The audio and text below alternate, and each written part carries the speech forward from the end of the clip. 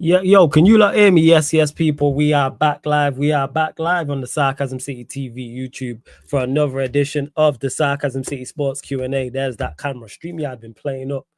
Sports Q&A, people, where I answer sporting questions from the chat.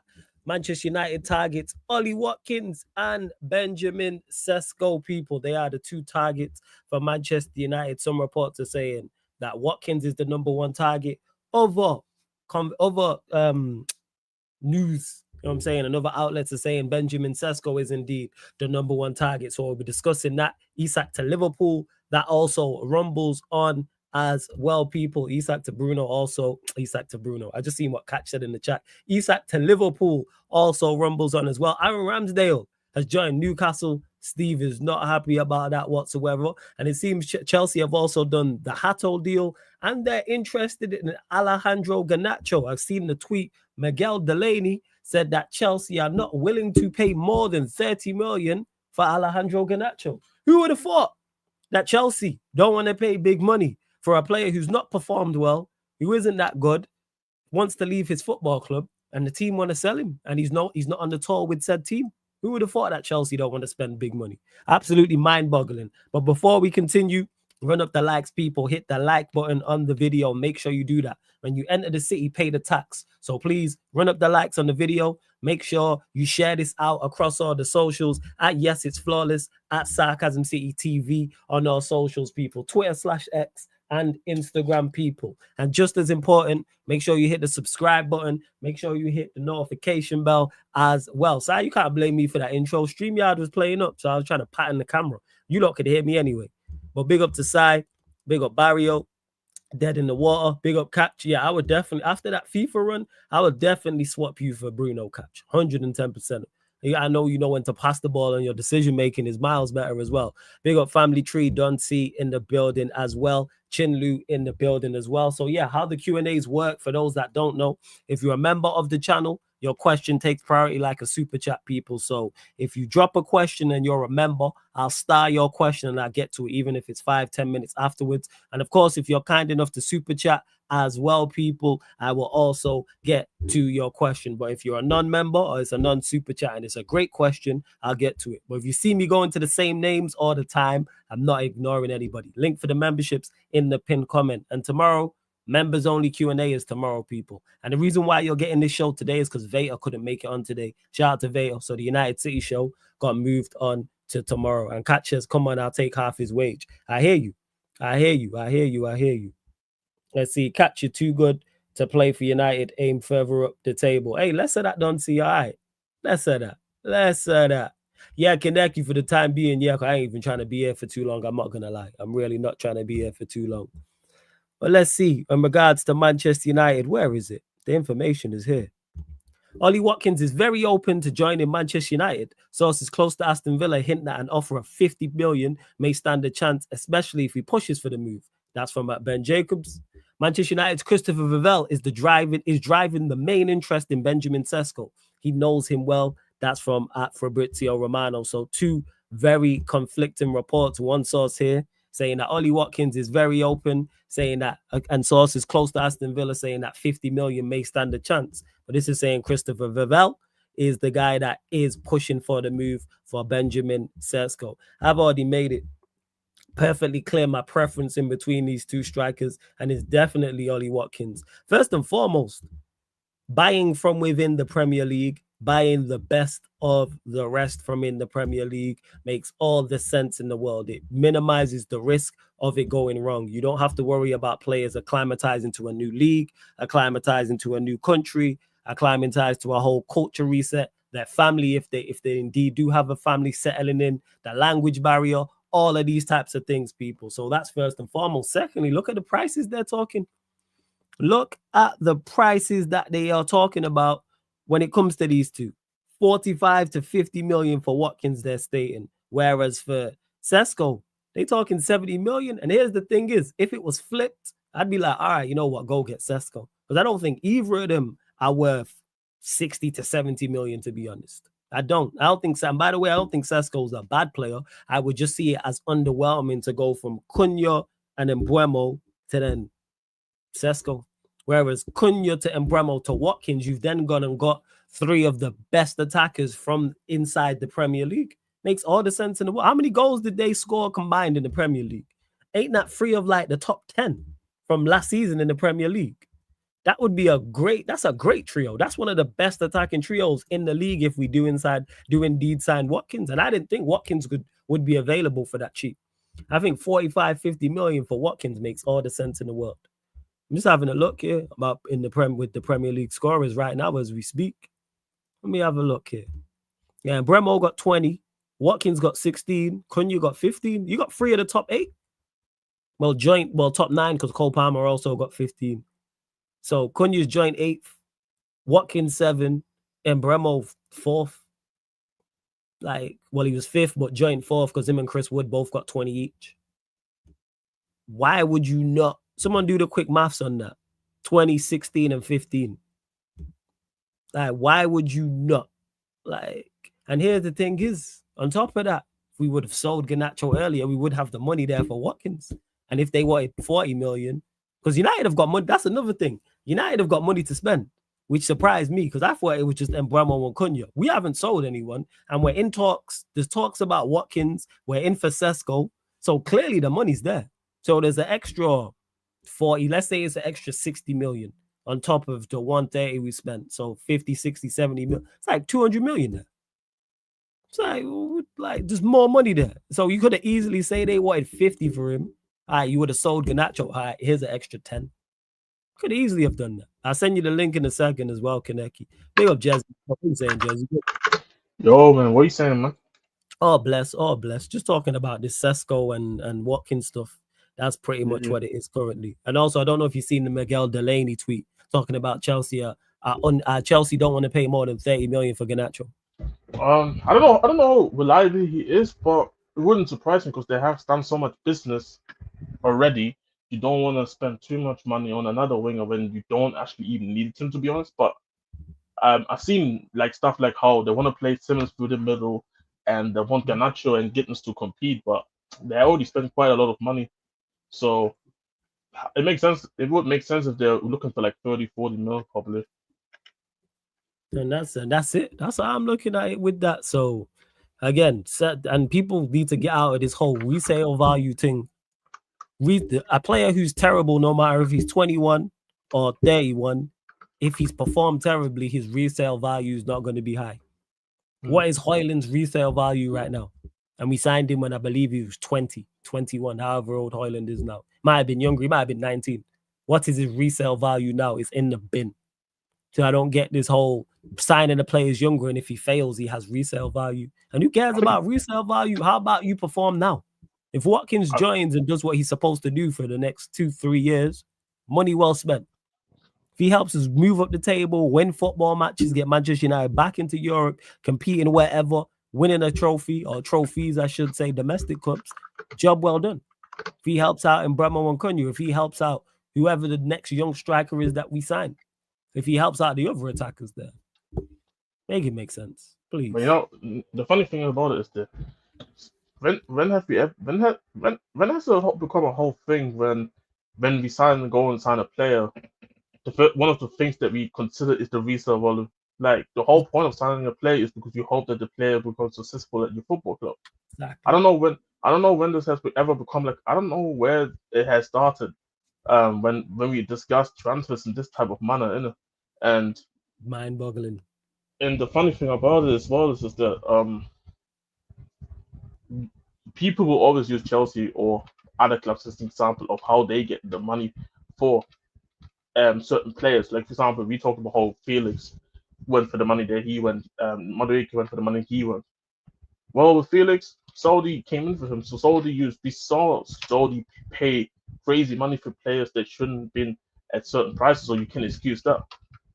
Madueke's situation, even though I don't rate him personally, I can understand how Chelsea was able to get that type of money because not only did you come off a season where you helped Chelsea win the Conference League, but also helped Chelsea win get into Champions League, Conference League, sorry, and then you helped Chelsea get into the Champions League. So, and you've been a consistent part of the team. No, have you been amazing at it? No, but you wasn't part of a bad team. And the fact that Chelsea wasn't putting it out there that they want to try and sell you Bartley, they can still That's put a the key. certain type. They can put some sort That's of the key. type of price tag, and Arsenal was just willing to pay it because if Arsenal doesn't pay it, nobody comes into Madrid can pay the money. But they happen to have a team out there willing to go and pay it. So I can at least understand how it even came to a situation where they paid that much money for him. But when you look at Garnacho's situation, where he's coming off a terrible season himself, he comes off a terrible season with Man United as an overall as a team, so there's nothing really attractive. Everybody around the whole footballing world knows that United are desperate to get the player out of there. The player has let it know himself he wants to get out of there. Yes. There's not a situation where United can really go and demand any sort of money, in my opinion. Like the only way United can go back to, okay, we want to go and demand this and this money for certain players and that is after you're getting rid of these players. That's the reality. I'll use Arsenal as an example. Was Arsenal getting major fees for players when Arteta came in? No, it was. They even have to pay off players to get even out of the football club. And I look at Man United at the same situation right now, where for players that are on too high of wages, you might have to pay them out of the football club. For players who are just not good enough and you have made it clear that you need them out of the football club, you just accept less money to get them out of there.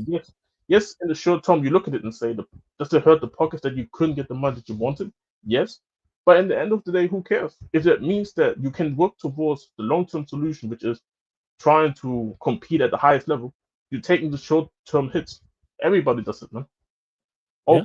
Oklahoma, I use Oklahoma. It's not the same sport, but I use Oklahoma for example. We took the hit of being a terrible team for how many years? For like 4 or 5 years, knowing that we can go and recruit well, scout well, draft well, and develop our players. Obviously, in Man United's case, on football, you can't necessarily do that because you're too big of a football club to be sitting around mid-table the whole time and hoping that young players can come and develop like it's in the NBA. No, it doesn't work like that.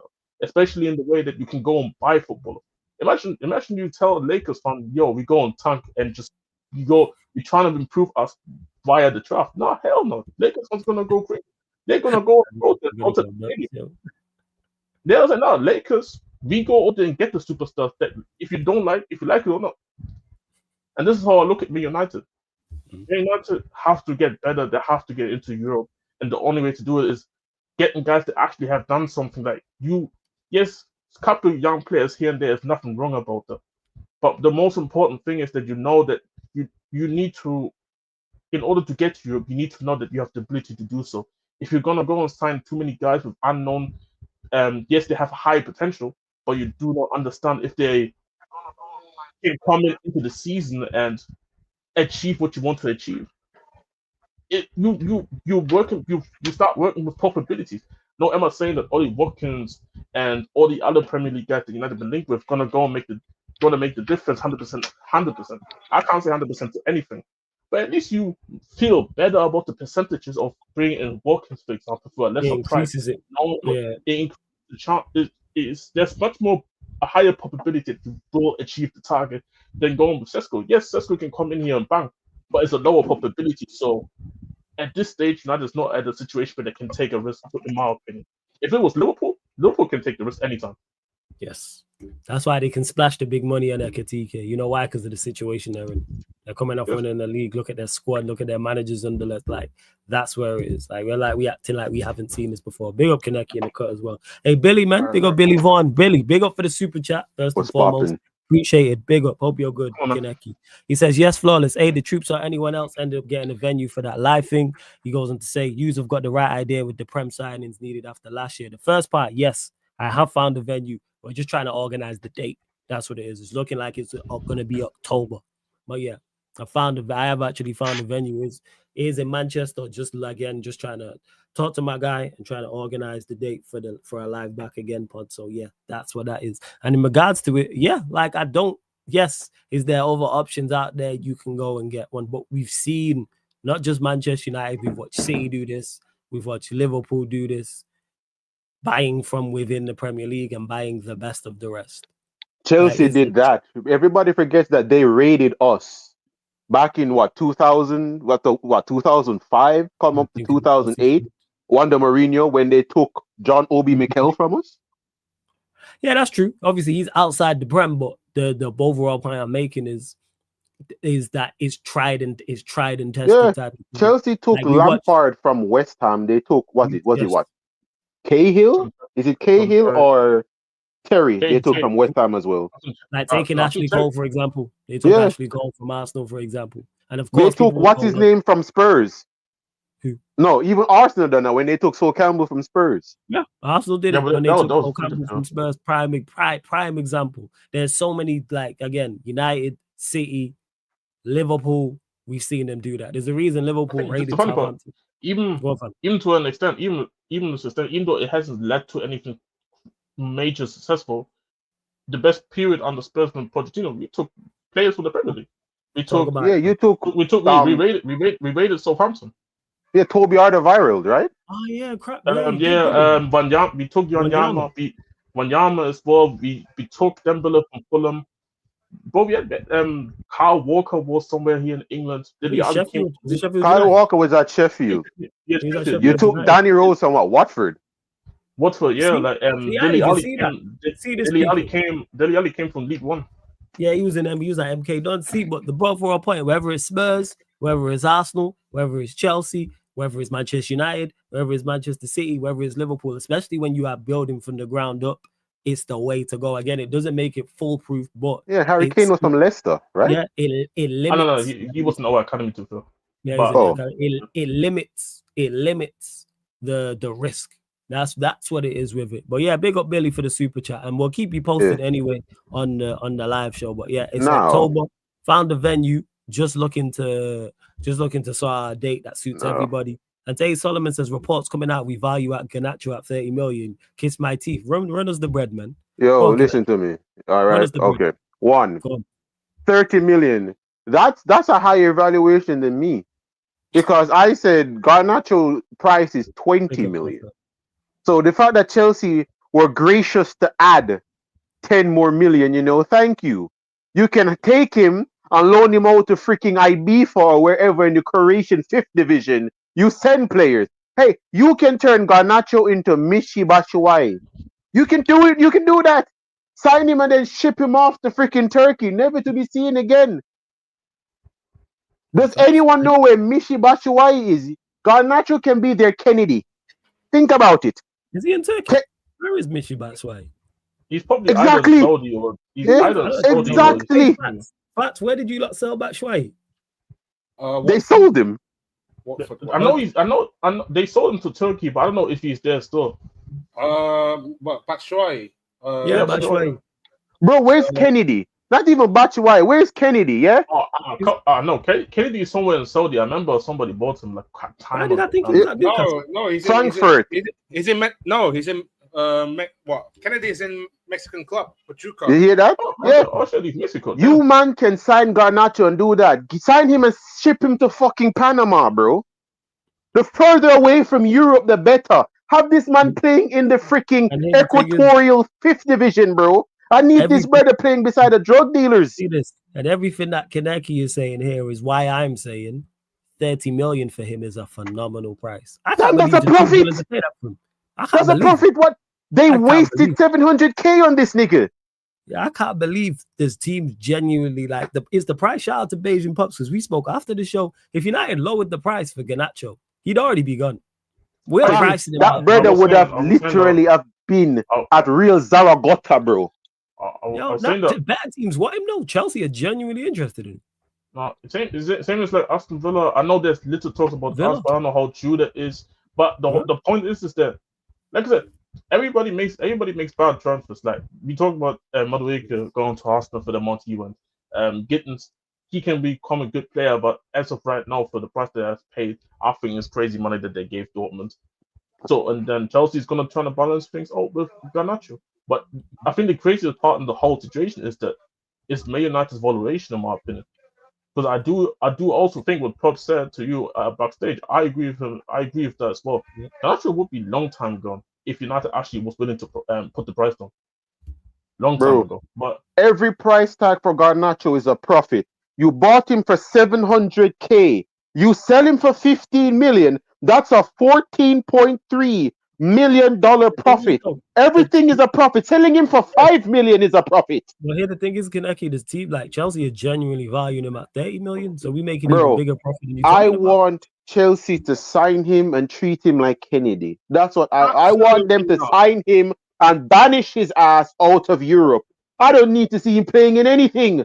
Not the Copa America, not the Sudamericana, nothing. I need to see you playing against freaking St. Kitts and Nevis, bro. I need you to be playing in the Trinidadian League. Shout out St. Kitts, man. Shout out St. Kitts, man. Yeah, I need this brother playing for Trinidad and Tobago, bro. That's where I need him playing. I need him outside of everything. Never to be seen again. The freaking Suriname 2nd Division, bro. I need you out of everything. Never to be seen again. As long as he's selling now, I want him at Chelsea, man. Because me hearing Man United, I want him at Chelsea. Yeah, this whole I need him at Chelsea because they need to pay for whatever the fuck they did to trick Man United into signing fucking Mount. But we'll get on to that. You even trick Manchester United not understanding how to. Please let him. You know what? Let him go there and ball then. Yeah, he can ball. Yeah, the under 15s. Go ball, man. There's the Patrick Beverly ball, man. This is what I'm talking about, man. Go. You can go ball there, man. I just want him good, man. The fact that not in my club, edge it even closer. Bro, he can ball out, bro. Respectfully, we don't care, bro. It's 3v1, man. Respectfully, we don't care. We don't care what you call that as well. We don't care. We don't care. We don't care as well. Yo, I can't believe you. I can't believe that team. This many people interested in him, yo. It's crazy. Bro, this is what I'm saying. You know the funny part is, remember when the guy came into the chat here, in the chat you're trying to tell you, like, why are you making up rumors about Arsenal? It's literally all over. Man, blame me, man. I told you, man. People hold, not just United fans. So many fans hold me more accountable than they do their own club and own players and managers. I'm telling you, bro. United fans in my chat, you hold me more accountable than Ruben Amorim and Garnacho. I'm sorry, God of Amiri. Is it Trinidad? You need to understand. I want to banish this dude to freaking Swahili, bro. This brother needs to be in Hawaii. You're doing too much. Just send him to West London, man. Send him to Chelsea. That's what it is. Send him to the World Cup. You need. For the words in my piece, you can go there and ball, man. Yeah, he can ball out like Mudryk. He can ball out like Mudryk, bro. What, do you want me to sing Viva Garnacho for the whole fucking 38 games? Yeah, fact, I got the chance. And you know what? The wing, hear the shredded sing Viva Garnacho.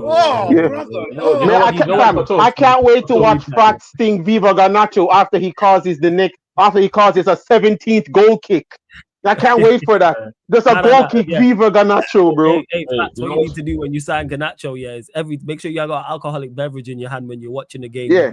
This is to all Chelsea fans. Whether you're watching in the ground or you're at home or whatever, have an alcoholic beverage, and every time Garnacho shoots and hit the side net and take a sip, man. Yeah, take a shot every time Garnacho causes a goal kick.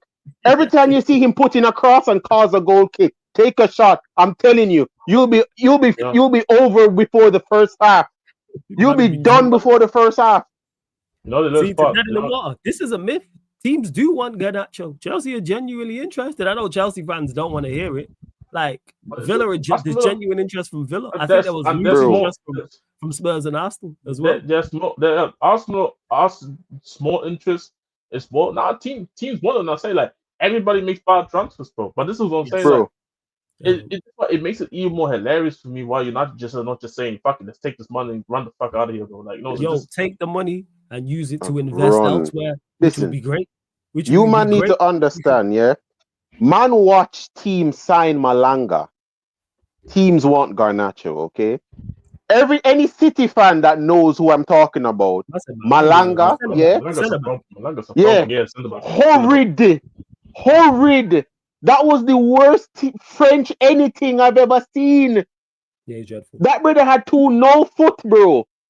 Yeah. That brother don't know which foot was his strong foot because he's shit with both. He was dreadful. Teams signed him.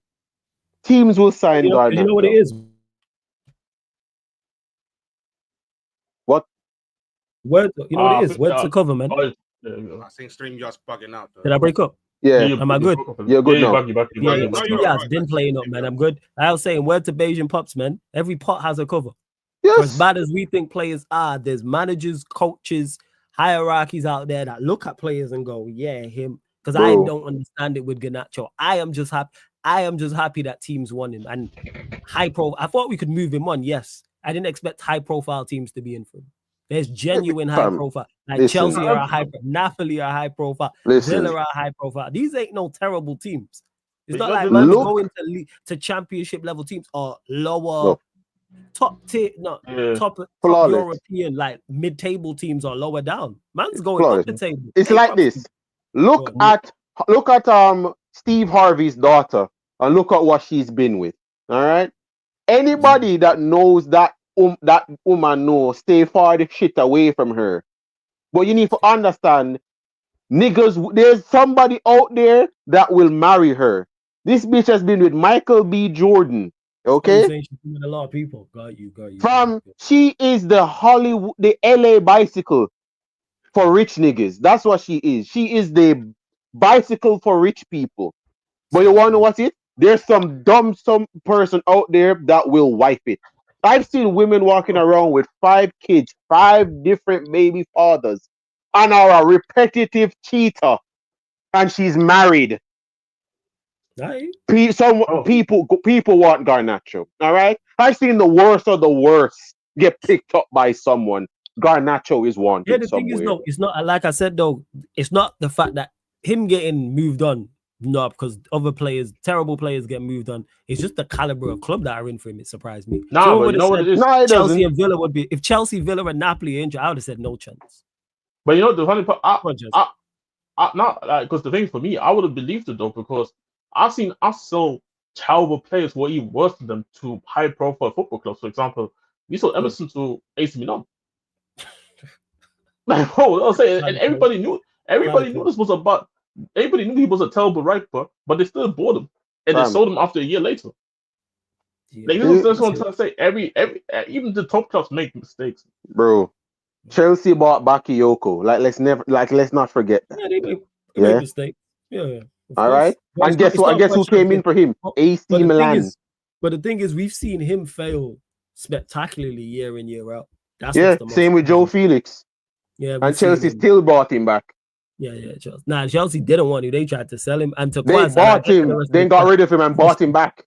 He says, flawless. If we do sell Garnacho for 30, don't it double to 60 on the book? So am I wrong? I think that's how PSR works. It does. That's how it does. Because it's pure profit. Yeah. It's pure profit. So sell him and then go and get whoever. Sai says flawless in the panel is the best Liverpool transfer window if they get Isak centre back after 09 Real Madrid, Cristiano Ronaldo, Xavi Alonso, Benzema, Kaká, Arbeloa, and Alvaro. If Liverpool gets a DM, if you guys get a DM, add a DM to that LSD side. If they get, what happens if they get Isak and a centre back? What is the best? And again, people, this is, I think, when Sai's asking this question, is best window on paper, not what the players did afterwards. We're talking about as the players were signed. That's what I'm saying. I think that even if Liverpool get that, I still put the Madrid window ahead of that, but Liverpool probably will be second. Actually, I tell a lie, there was a cold window PSG had, even though it didn't work out. I was going to bring up the PSG one where they got Zlatan, Matuidi, and who was it again? Was it Krajkoviak? Yeah. More recent, they signed. Was it not when they signed Messi? Messi, Donnarumma, Gini Wijnaldum, Hakimi. That window, that's up there. I would say that one. It's up there. That's the top 5. That's definitely part of the top 5. Juventus has a window as well. I'm trying to remember the year. with Juventus. I think that's the year when they got Trezeguet, Lilian Thuram. I'm trying to remember again. This Liverpool window is up there. I'm not going to joke. This Liverpool window is up there, but I can't pip it above Real Madrid just because of the caliber of names. Really, that's why he said after. We said after. He says after. He's saying it's the second best. That's what he said in the question. I'm putting it above PSG. I'm going to put it above PSG. Yes, the Messi, Gini, Wijnaldum, Donnarumma, Hakimi, but I would put this Liverpool window above it. Was Messi a part of that window? Messi was a part of it. Yeah, that window is above just because it's Messi. No, I don't want to do that because it's Messi. No, but again, this is on. I'm talking about not what they did. I'm talking about on paper. At the time, we all thought that general consensus was that window I PSG are thought going they to were smoke going to win the everything Champions inside. League. I thought Everyone thought they they were were going to going to smoke win the Champions League. everything Yeah. inside. What they Yes, had, they because would. weren't Neymar and Mbappe there at that time as well? They Yeah. was at Yeah, they Wasn't were there. They were Gonzalo there. Ramos They were with that there. as well? Correct me if I'm wrong. Wasn't Gonzalo Ramos in that transfer window as So well? No, I No, would say it was. I think it's came top. after. Yeah, Sai, I would say it's top 5. I don't think it's It's better top than this 5, but It's not it better is than the top PSG. 5. Yo, that Yeah. Bayern Munich window as well. We can't really sleep on that as well with Ribery, Robin, Schweinsteiger, and them as well. We can't really sleep on that Was that one. the same window? Was that the same window? Was it? No, I Must think be. Robin was a year before. I think I can't Robin was a remember. year before. I can't remember. But what's it called? The player that you asked. Ramos didn't came that season. I think he came this season. Right. You're talking about Sergio Ramos. Sergio Ramos Yes. came that window. Sergio Ramos. Yeah, that's what I'm talking about. If Sergio Ramos was that window, LFC side, you guys would be third then. Yeah, like I say, with Messi there and everything else they added, I would say so. That was a crazy. Yeah, move, but I generally I would put if if Liverpool do get Isak, even if you get Isak side, I think it's probably third. it's third. If they get Isak and a centre back, it's third. In my memory, from what I've seen in football, because obviously I didn't see anything from 09 before that, so I couldn't tell you about anything afterwards. Anything afterwards, yeah, that's probably third in my opinion. What was that Juventus window when they signed Pirlo? I'm trying to remember because when they signed Pirlo, no, a season after is when they signed Pogba. A season after is when they signed Pogba. They got Pirlo, Bonucci. When did they sign Robin? Let me have a look. Yeah, it was what? Pirlo, Bonucci, Barzagli, Lichtsteiner.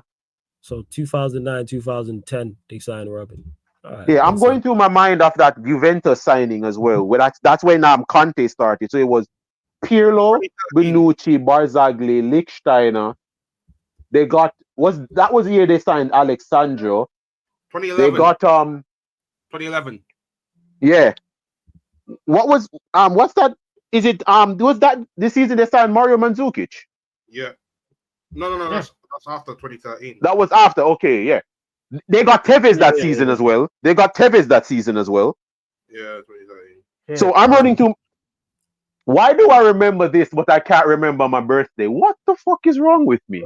Yeah, for you as a footballing guy. But Sai, good question, man. You know what I'm saying? Hey, before we continue, don't run up the likes. Over 70 of you lot in the building. Only at 42 likes. Let's get up to 60 likes, people. Like, check 1, 2. Mods, get everyone hitting the like button. Pay the tax when you enter the city, people. Hit that like button. Hit the subscribe button as well. Jeez, we're at 15,375. All right, 5 more. There's over 70 of you lot in the building right now in the city. And get us to 15,380. Continue to get your questions in. So this goalkeeper thing, flawless. Up to before you go, 60 likes, people. We're at 44. So let's run that up. We're at 60 likes. I mean, we'll get us to 60 likes and 5 more subs. Yeah, go on. Goalkeeper. This goalkeeper thing. Jari Debussy, the guy that I brought up into you on WhatsApp. When you message me, yeah. That's a Belgian goalkeeper from Go Ahead Eagles that I've been paying attention to the last 3 last season when he signed, because he was at a different club before. Is it Levante? I don't want to spread misinformation here. Yeah. Career before. I'm gonna look it up. Yeah. I'm gonna look it up. Lomel. Yeah, Lomel. He's a goalkeeper that I've been watching for a while. Really. A goalkeeper that I've been paying attention to. He's 25 years old, and he has a very good rare trait of a lot of goalkeepers. He's literally 2-footed. And he has the highest passing accuracy. In the passing accuracies for goalkeepers in Europe, he's in the top 10. He has almost an 80% long pass. So no, this isn't. I don't mean he's hoofing the ball up there and he's hitting somebody and going out for a throw-in. I mean putting the ball on their feet. Actual long passes. He has almost 80% success rate, and he's done over 70 long passes. What's his name again? Jari Debussy, 25 years old. Yeah, Go Ahead Eagles. Jari Debussy, 25 years old, 190 centimeter. He's 6'4". Belgium goalkeeper. Yeah. Him and his five. He was at what's it called? The football club. The football club that you were saying is Lomel. It's in. I know that club. It's in is another club in Belgium. Oh, I think his connection. I think connected connection just went off for a sec. Yeah, he'll be He will be back. He will be back. He'll be back. You lot continue to get your questions in, though. In particular, members, get your questions in. It don't have to be on Garnacho or Watkins or Sesko or the Manchester United goalkeeper. It may be something else as well, people. Speaking of that, let's see what else news is out there as well. Bro, before you go, sorry for the cutoff. Somebody, I got a call. I got a call. Man. Understand Jarell Hatto's deal is now very close with Chelsea. Here we go, coming soon. Negotiations at final stages with Ajax after new direct talks today. Hatto waiting for green light to travel to go and sign with Chelsea ASAP. That's from Fabrizio Romano. Thoughts on him, Kaneki? Thoughts on Hatto? Hatto, that's the left back that I was telling you we should have signed when I heard we signed him last year. All right, so what do you think? So what was he good at? What do you reckon he'll be well? Like, what's his attributes? Give us the player breakdown. For him as a player, I'm not on people in chat. When I'm bringing up players, I don't go with. I'm not a stat person. I'm telling you the truth. How he is, if I should give a good description, he's Reece James on the left. When it comes on his aggressiveness in both attack and defense. One of his main issue though is that he's overly aggressive when it comes from time to time, especially when attacked. There's a lot of the times where he's been caught out of position because of him focusing too much on attack and leaving a lot of space in behind. That is something that can be worked on at Chelsea over the time being. His different criteria of crosses is phenomenal, and one of the best crosses that he has is the low-driven fizz into the box. Those crosses that can hit anybody and go into the back of the net. So he has the crosses that can lead to own goals or tap-ins. Yeah. One of the main criteria of him as well, bar from physicality, because I'm tired of no one wants to hear me telling you about, yeah, man, he's strong, he's quick. No, his technical ability. His technical ability is also sound. Okay, he's not just one-dimensional, go down the line and cut in. He can also play with his right foot as well to cut in on the inside and drive into the box. He does have a goal in him here and there as well, but his predominancy when it comes on to it is link play. I'm gonna go. I have to go to the door for something. I'll be back. Nah, it's cool. Your thing, Jez, what you saying? I'm not sure how much you've watched of him or not. No, I know about Hatto like a long time ago. You know, like, I'm on the same wavelength. There we go. Yeah, that's the word. Yeah, like in terms of like the player, like I personally don't see the Reece James comparison. I feel like I think he's a bit more, how do I say, conservative, I would say. Like, I do agree with the percent. Like, because he comes from Ajax, you would expect everybody at Ajax coming through the academy to be technically decent on the ball. His positional awareness is really good. I think he's sometimes a bit clumsy, and you can see it in his age that the guy is still super young in it. So I feel like in a situation where he goes to Chelsea, where you're not asked to be a starter, I think it's good. You can just develop in the shadows. Well, Cucurella is playing, and sometimes you come in and be the rotation player, and you're hoping that the player can get better as time goes on. You know what I mean? So yeah, like, he's going forward though. I personally haven't seen a lot of times. Maybe it's just me because when I've watched him play, I haven't seen a lot of him going forward, to be honest. But I know defensively and like being able to kind of get to the halfway line and be there, he looks comfortable. He looks comfortable out there. So I think Chelsea buying a good player, to be honest. Like, I don't think he's bad. No, he's decent, and the thing is as well, when it comes on to it, though, Jez, I'm sorry for like cutting in like that. No, it's not. I love the way how he attacks. Really, why I'm saying it as Reece James. If anybody would like to look at how he just overall plays, it reminds me of Reece James. I'm not going to use the whole Ashley Cole comparison, but how he plays, especially with how aggressive he is when it comes on to playing in his actual role. He reminds me a lot of Reece James. So he has multiple options. He's played in midfield before. He can cover at centre back, but on that left, where he is, once you have somebody there that he can actually link play with, you'll see a very, very good version of him. I know that Chelsea might looking like they have a striker that he can cross the ball into now. He's going to be a fantastic player, but that's just depending on how they're going to want to use him, though. That's the thing. I have a feeling, because originally Hatter was a centre back. He wasn't a left back. No, you see him more times than not playing on the left back.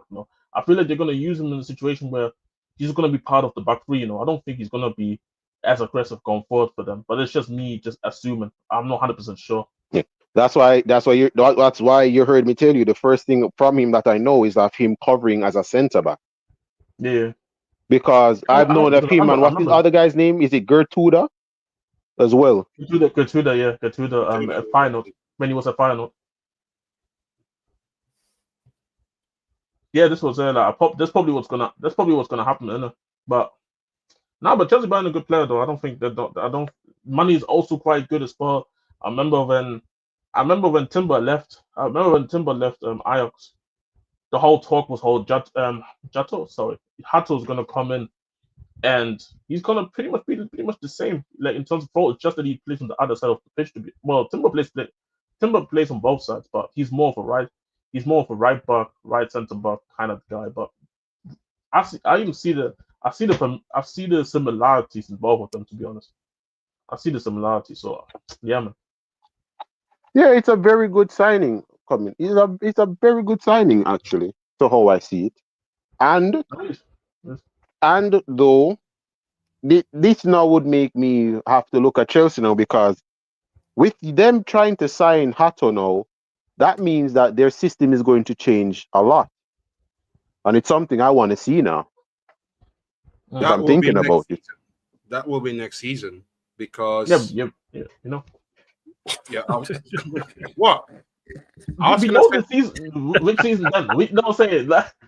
Don't say it. What season? No, so I'm gonna let you speak. I'm gonna let you speak. No, I was gonna say the season after next. It's not real, yo. Because the season starts in what, 2 weeks. So let me clarify. It's 26-27. Okay, season 26-27. I think it's gonna be. We're gonna see a lot more from him. I think the upcoming season that we're gonna have in the next 2 weeks, I think it's more of a backup to Cucurella. I wouldn't say backup. Because never change, man. Yeah, I wouldn't say backup. That was in the DMs that just said Hato was like, let me just comment. Sorry, go on. Yeah. Go on. The moment I believe it, the moment Hato gets starts getting into any type of game, like 2-3 games on the bounce, I think it's going to be difficult for Cucurella to even touch him. I'm not, and that's not me like overhyping him. I'm just saying, from what I've seen on him, this is a player that I've been watching myself the last 5 years. He's somebody that I can testify that the moment he starts building form, Cucurella can't touch him. But though, even though, because I don't necessarily disagree with you in terms of how I feel about Hato a player. Like, I think he's a really good player coming up, but don't you feel like, because Cucurella, like, one thing we have to say about Cucurella, like, he's been a top left back for like the last 1.5-2 seasons, you can probably argue, and I think there's something that Maresca even looks at us and says, "Now this is my guy right there." Unless it's a situation where he was out injured, Hato comes in and he's been performing to a point where I can't put him straight into the lineup. I kind of disagree that he's going to come in and replace Cucurella just like that. Like, I think something would need to happen in order for that to happen, in my opinion. Yep, and to Nyak 24, best left back being benched by a 19-year-old. Yeah. I don't think Cucurella's better than Mendes. That's just me though. No, he's not. I know Chelsea fans trying to run it after the Club World Cup, but I rate the season throughout the whole season, and I know how good Mendes is.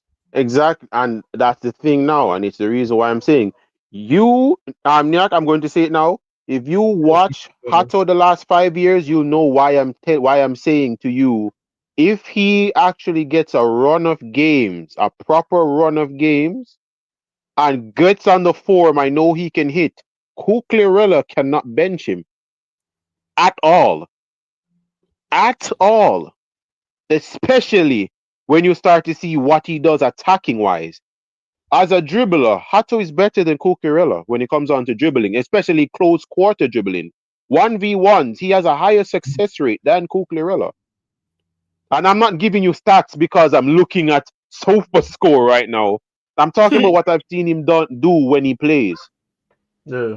If he goes at somebody, goes at his player 8 times, he's coming out successful 6 times. He's going to be successful 6 times. No, fam, Nyak, you guys are in the best position ever. You guys literally are in the best position. You have two. You're gonna have two elite players in one position.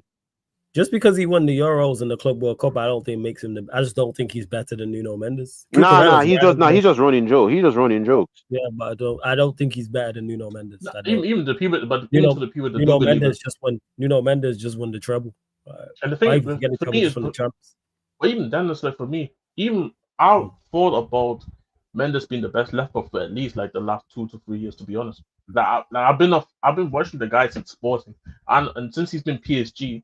The only reason why at the beginning you couldn't say that is because he had all his injury problems. But since then, bro, he's been hella consistent, bro.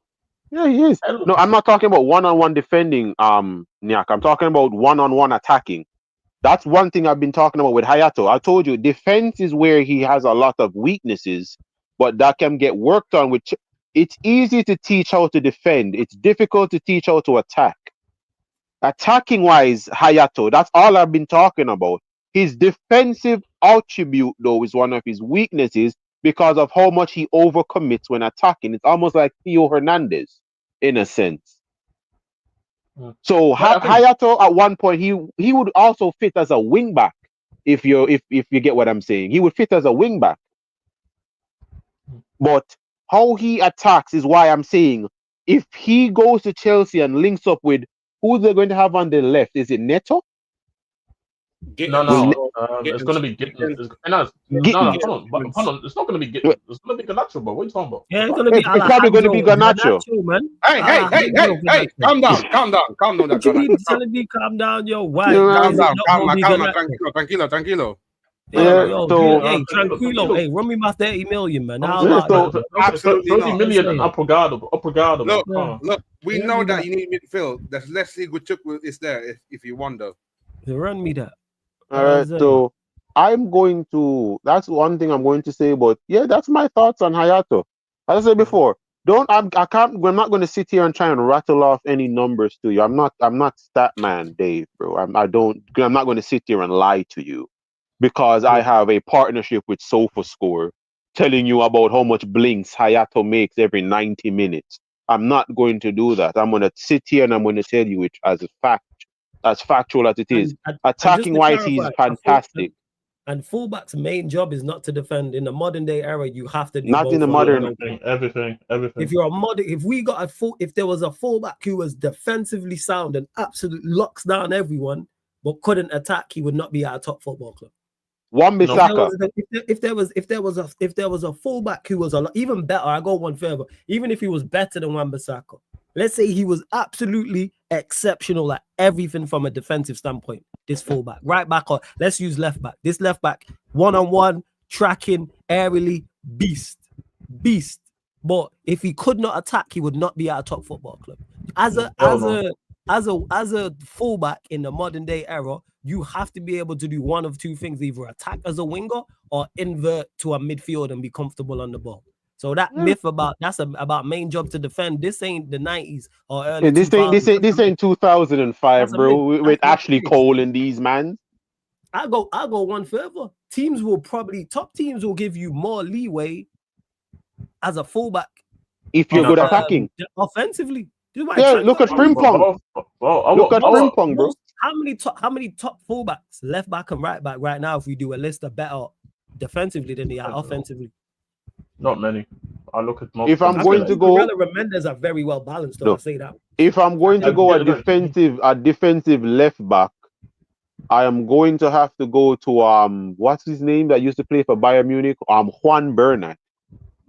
Yo, but look at how long that was even. Exactly. If I'm talking about recent, if I'm going recent by a big up Zartox for the raid as well. I hear you. Big up Zay, man. You know what I'm saying? If I'm going to go the defensive fullback, left back that's very good at just defending, what's that guy's name that used to play for Manchester City? That name start with K. Oh, is it Kulusevski? No. You're talking about Kolarov. Kolarov. Kolarov, he still plays. Kolarov is okay. Is okay, but Kolarov in his prime was fantastic at attacking. Yeah, but even then though, I hear you said before about using it as a metric, but I don't think it's as important. Like you said, Renildo. Renildo that used to play for Atletico Madrid. I think he's in Saudi now. What's the main objective of a fullback in 2025 is not to attack. Is to attack. Your main job as a fullback right now is attacking. Room is Room is all around. What would you think about him, Jez? Room. It is still. Oh, you talking about what's it called? I think you talking about David Holm. Yeah, Rome. David Holm from RB Leipzig. He would be a complete fullback. He'll be a complete.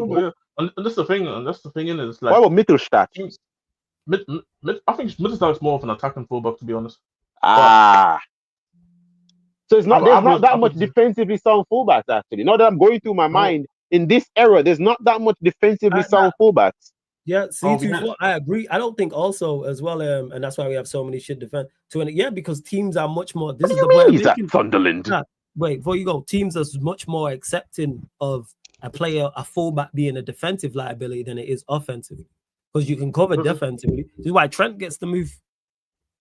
Frimpong, Kirkes, Anthony Robertson. I want to say Furlan Mendy, but he's just crap, bro. The list goes on in regards to it. Like, Furlan Mendy was a fantastic defensive fullback. Furlan Mendy was a fantastic defensive fullback. He's just trash. Like the only thing he's good at right now is FIFA. That's the only thing Furlan Mendy is good for right now. He's just FIFA. But Rayson, what about Wolf? Wolf's a good defensive. Is good defensive. He's good, but he was more mediocre, to be honest. Like I think if you say Ryerson's a better shot. Ryerson's a much better shot. Ryerson is a good shot. The thing is, I'm going through the database in my head right now, and I'm just I'm picking out names. But that's the thing though. But look at the level. But look at the level of the players that you mentioned, and in terms of where we consider them in the football world. Like when you look at the players who are like who are really good offensively first. You see the names immediately popped up, and this is the whole point. Even what's his name that plays for Prama, they're left back as well. Like this is the team though, it's Prama. But no elite teams in world football have a defensively sound fullback. You're either complete or you're just good at attacking. I think Mendes is defensively sound. I think he's good. No, but Mendes is complete. That's what I'm saying. Is you're either good at attacking or you're complete. No one is just good at defending. Yeah. You're right. Yeah. No one is just good at defending. You know what I'm saying? Because this is why somebody who was Trent, if somebody was as good defensively as Trent is going forward, but had Trent's defensive stats was their attacking output, people wouldn't say he wouldn't be around. Because look at what is. Would you consider Tsimikas? Would you consider Tsimikas a defensively sound fullback, or would you consider him all round? What do you think, Si? I think he's just decent all around. Tsimikas. Just decent Tsimikas. I think he's decent both. I don't think he's exceptional as a. But he's not because Kirkes is complete. Robertson is just attacking. The last what was that guy that played for Arsenal? Is it Nacho Monreal? Yo, you take Monreal. Yeah, he was fantastic defensively. He was a fantastic defensive fullback. Yeah, but look at how far I have to. I'm going back 10 years. Yeah, you're going back. Yeah. Facts going all the way back into them to them old school players. Big up to Side says flawless. Arsenal fans all say Liverpool superstar signings won't work. You know why this is side? Copium. That's why. It's copium, bro, because they're signing centre backs. The same fan who will tell you that, they will then tell you how good Gyökeres is. And Gyökeres is a superstar signing. Bear in mind, I think Gyökeres works for Arsenal the same way I think Wirtz works for Liverpool as well. You know what it is, man. That's just hope. I'm just waiting for Arsenal fans to. I'm waiting for Arsenal fans to realize that Arteta is building a Temu version of Manchester City in front of him, and none of them are saying anything. What you saying? Gyökeres is Haaland, is what you're saying. That brother is the Alibaba Haaland. That's what he is. That brother has the Chinese knockoff of every other players, bro. That brother has a Chinese knockoff of. Think about it. City have Doku. These man signed Madueke. The Haaland, Gyökeres. Yeah. What? Rodri, Zubamendi. Yeah. Flipping, yeah. Gundogan. Demsgaard. These brother got the made in. They're the made in China Manchester City. That's what it is. I'm waiting for these men to understand. I want them to look and understand it right there. These man got a Brexit Mahrez. Not even a Brexit Mahrez. You man's got Raheem Sterling that can score goals. Saka. Who's the Brexit? My call Saka the Brexit Mahrez. Yo, I can't even call him a Brexit Mahrez because Mahrez is actually good. This man is just. This brother is a highlighted Sterling. That's what he is. Yeah. He's a highlight. He's the glow in the dark Sterling. That's what he is. That's what he is. That's what it is. This man is building the made in China Manchester City, and no one's saying anything. This man have Givardiol, Calafiori. Really? You thought no one would notice? You think nobody would notice that? You guys. These man have Edison, and you man sign a Spaniard that was born in Sunderland. Raya, you bought a Spaniard that coming out of a Sunderland. How are you Spanish and coming out of an English academy? That don't make sense. That's crazy. That did he? Yes. He came out. I did not know that. That's much. Check, look it up. I'm pretty sure he came out of Sunderland's academy. Now the thing, like, even if you go and listen to Raya speak, bro, like I've never heard him talk. You know. No, bro. He speaks. Like he. You can tell he grew up in the. His brother's from ends, bro.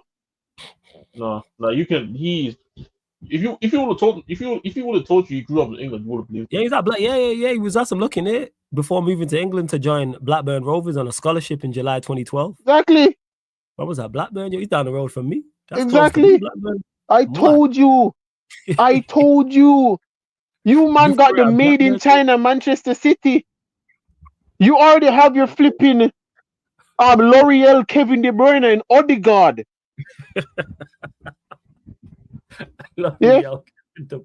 Yo, that is accurate though. Yo, he might actually be building his version of Manchester City. That is crazy. Right now, he's trying to sign an IC3 Foden in Eze. He's trying to sign an IC3 Foden. Which is kind of hilarious because S is kind of inconsistent as well. Exactly. And we kind of don't know. Is building playing centrally like Foden's best position. Or you left. Make it worse. He has Gabriel Jesus. He has the other. He even has his own Iheanacho in Havertz. He's putting all the case, but you can't debate it. Yes, let me get to this big upside, man. These man have a favela Leroy Sané in Martinelli. Think about this man is building a Temu City. Some of the ones that you said was accurate. Like I never realized with Gyökeres, with Haaland, with De Bruyne, with Odegaard, Doku, with Madueke, bro, Calafiori, Givardiol. You can't fool me, bro. Yo, left back / centre backs. Yeah. You know what? Forget even that. This man has a freaking shit version of Marmoush and Havertz. Havertz is even Nacho. He's Marmoush now.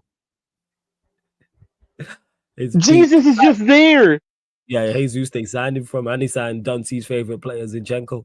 But yeah, flawless in the panel. This Newcastle transfer window showed that being in top four constantly not possible because of the type of money spending from big teams. Here's what I'd say is, it's definitely possible.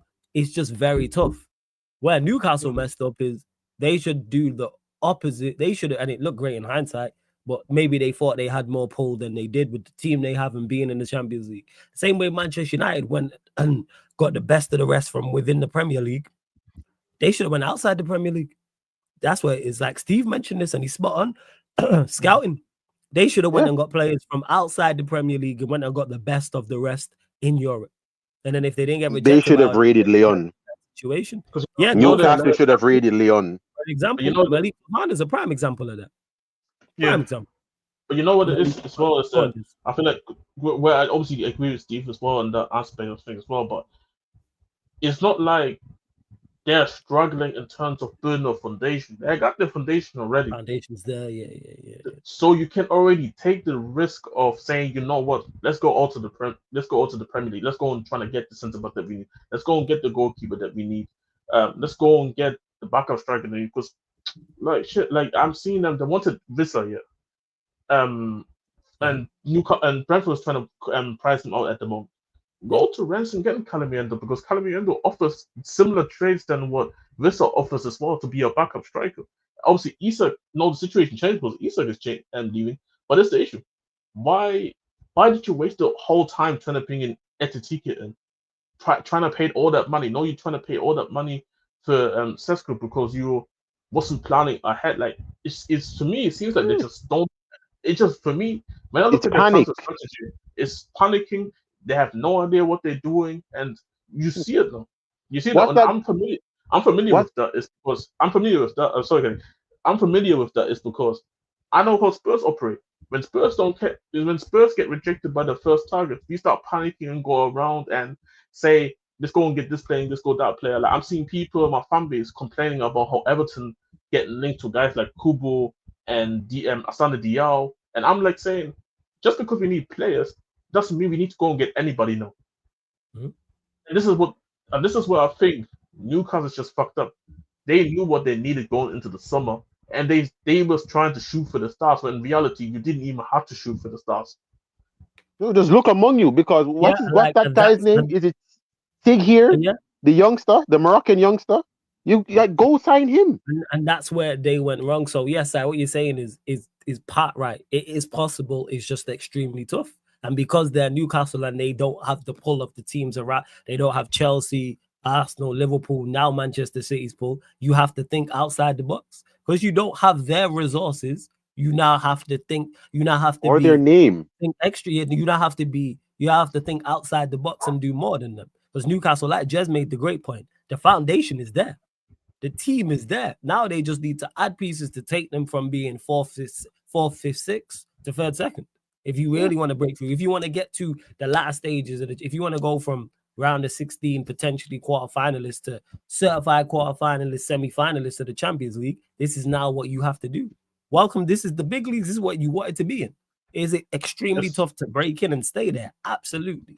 Extremely tough. What Newcastle should do, what Newcastle should have done, I think, is Newcastle has the opportunity to literally take Monaco's infrastructure and copy that. The year when you watch Monaco have Fabinho, Bernardo Silva, Bakayoko, Mbappe, Falcao, when you watch that Monaco build that team by signing obscure players that you know your team, your coaching staff, your system can make better. That is what Newcastle should be doing. Newcastle is not on the name rep of big dogs.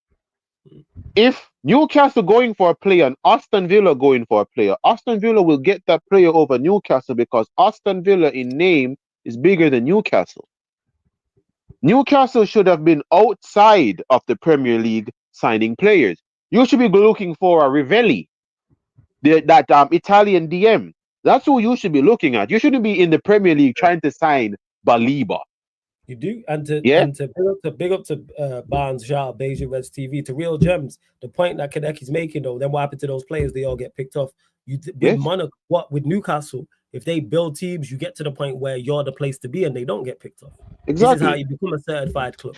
If they would have looked out and you consistently finish top 4 and then finish top 3, and you're in the last stages of the Champions League, you establish yourself as a big club. And it's easy to not only is it easier to attract players, it's easier to keep players as well. Yeah, Real Gems. Players ain't looking at you as a stepping stone. Yeah, let's hear what Jez has to before I'll get to Real Gems.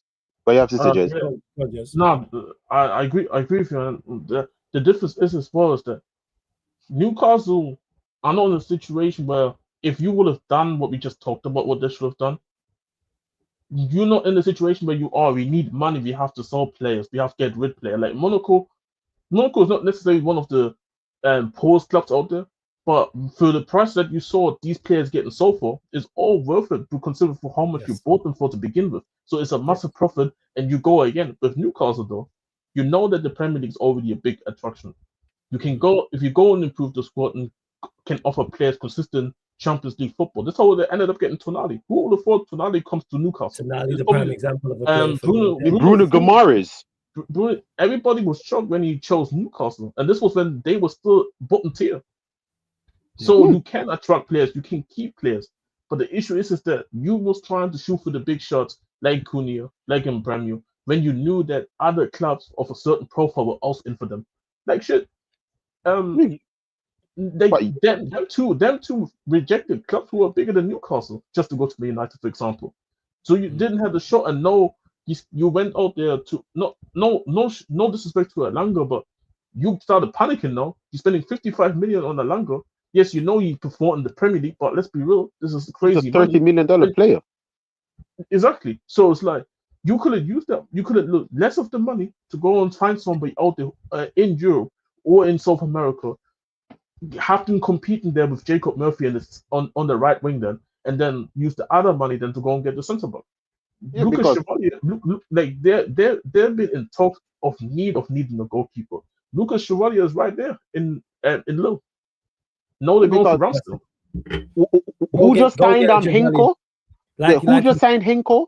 That Dutch centre back that I was saying that Newcastle should have signed. Atletico Madrid.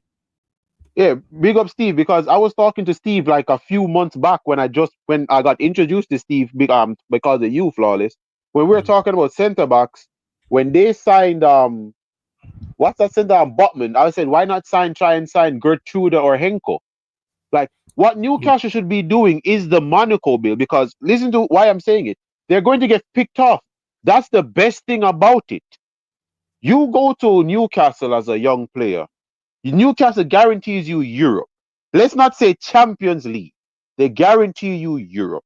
Champions League, Europa League, Conference League. They guarantee you Europe. You go there and you perform. Newcastle finish 5th. You have one of the best seasons of your life. You get signed to Juventus. You know what the next player is going to look at Newcastle and say? I want to go there. Yeah, like I want to go there. A prime example of that is them getting Tonali. That shows they had gone up a level. Yes, because that's what I'm looking at it now. Caliber. So you go and try and sign other players in other areas like a Tonali, which helps. Like because how I'm saying is because getting players picked off makes your club a lot more attractive to younger talents and players that want proven game time. You go to Newcastle and let's say your top of my head, Sigir, the Moroccan. Sigir goes to Newcastle. Yeah. Sigir goes to Newcastle. Has one of the seasons of his life. Wins Newcastle and FA Cup. Do you know what that is now? That's not no longer a pick-off player. That is, I want to stay here now. Like, I came here and did what the previous guy in my position couldn't do. Yeah. I won a trophy here. So when Sigir starts performing and stays, that's now attractive because somebody else is going to be like, you have that playmaking person on the right. I come here now as a striker.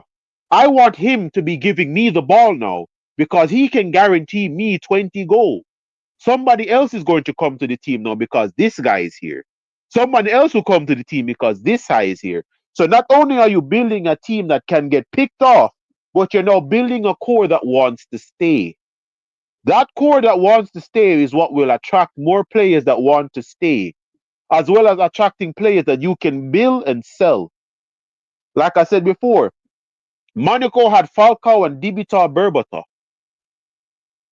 They then went on to sign Anthony Martial. They then went on and got what? Ben Yedder.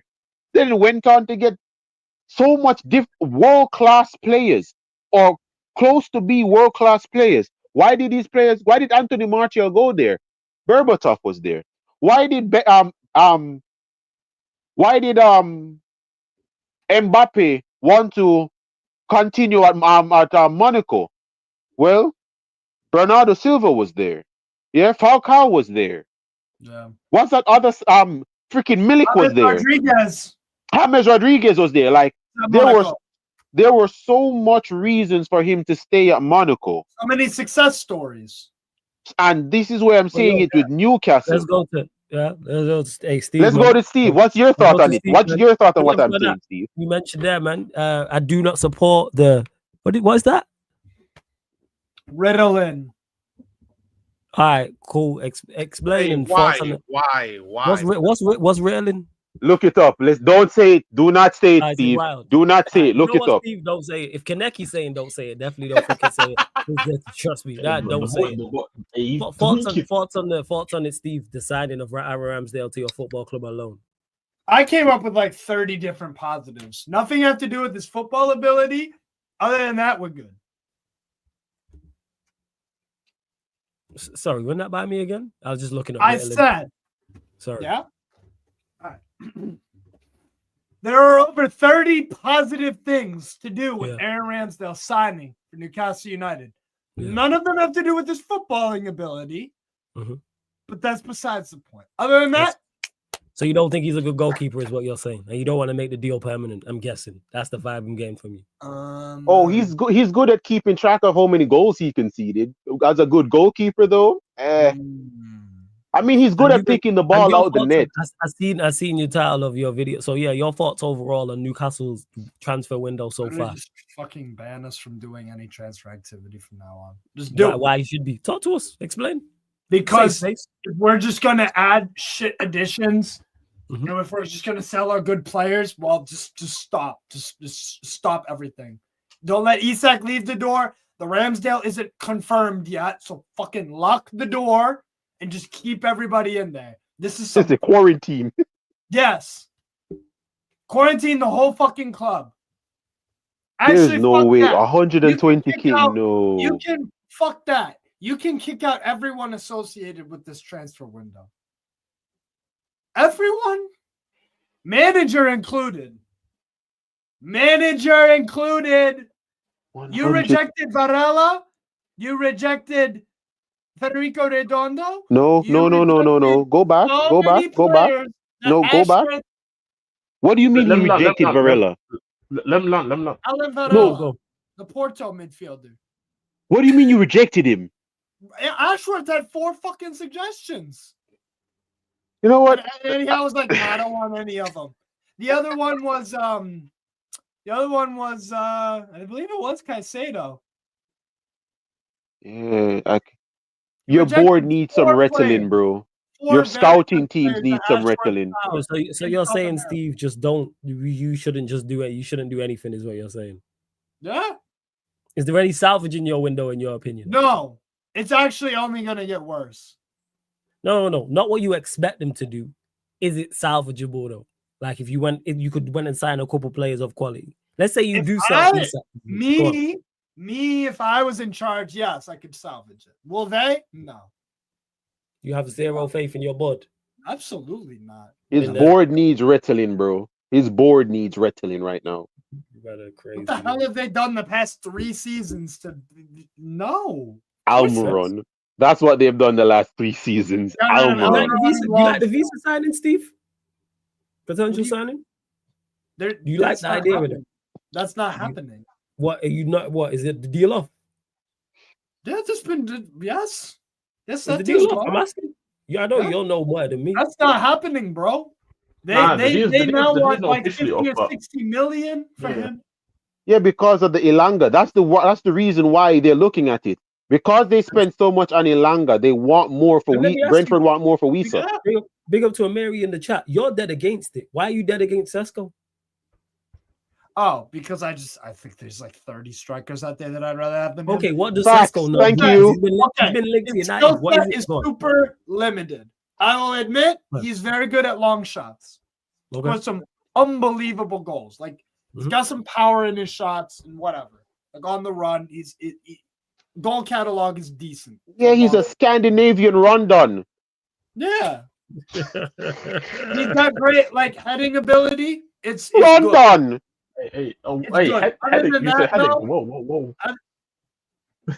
I'm trying to be So what? nice. So you said so he just like good at long It's shots, a but then other than that, limited skill set, bro. I don't. okay. Running Bro, behind. he's You could bro, run he's into Darwin He Nunes, he but doesn't, speaks he doesn't, Russian. he doesn't run. He doesn't run in behind. He doesn't Does he run not? in behind. He's Darwin No, Nunes that no. speaks He's Russian, quick. bro. He's quick though, No, right? No, he's he's not. not, No, he's not. He's not. Is he He's not not fast? quick. No, bro. he just Not really. all he No. does. All SESKO does. This is what I say. I don't think United should ban because I had this debate in my group chat. What? Somebody said Sel Solanke gets to SESKO. I said I'm stop supporting the football club if we do that because all SESKO does is jump and score bangers, bro. Yeah. He doesn't do He's anything good else. in the air, long shots. Does he excel at anything else? No. No, he excels at being awful. Did you not see the Euros? He's not. I don't Dude, think he's- I don't- You I don't know what? think You know what? His What I give him that. He has a. His movement is like awkward, gangly. Bro, if you thought Rasmus Højlund's movement was bad, if you think Rasmus Højlund's movement is bad, I want you to sit down and try and watch 35 minutes of SESKO. Just 35 minutes. I'm not gonna lie. When and I he's have in the watched him, Bundesliga. when I have watched him, he has just looked okay. He's just been Yeah, decent. That's his best. And that's it. That's the best. That's his peak, bro.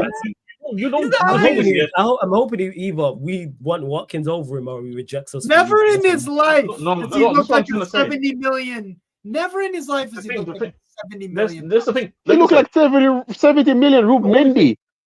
The thing is here, the only thing that, in my opinion, because we watched after we watched the Bundesliga, I don't know how much Kaneki he's been watching, but I know he's been watching. I know he has been seeing Leipzig before. Yes. SESKO is like he's nothing special. He's nothing special. Like there's other Bundesliga strikers that I say that do more. Bro, And Joelinton is rated higher than him.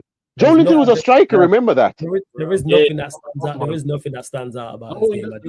Also him jumping, like whoa! If you watch comps on the timeline, the whole first minute of the comp is just him jumping when he celebrates, and this is literally him. Like he just jumps.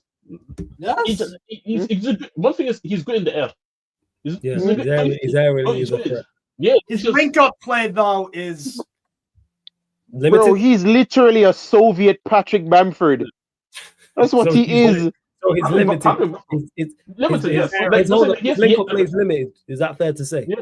Yeah. Bro, if you'd Googled limited and went on images, you'd see him. Bro, like the thing is here, he has a. I mean, if you want to give me some positive, I think he has a good first touch, but I don't know.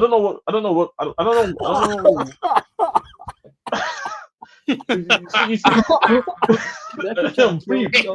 some water, man. If you go on Google and type in limited, it'll come up. Sorry, that's it. Sorry,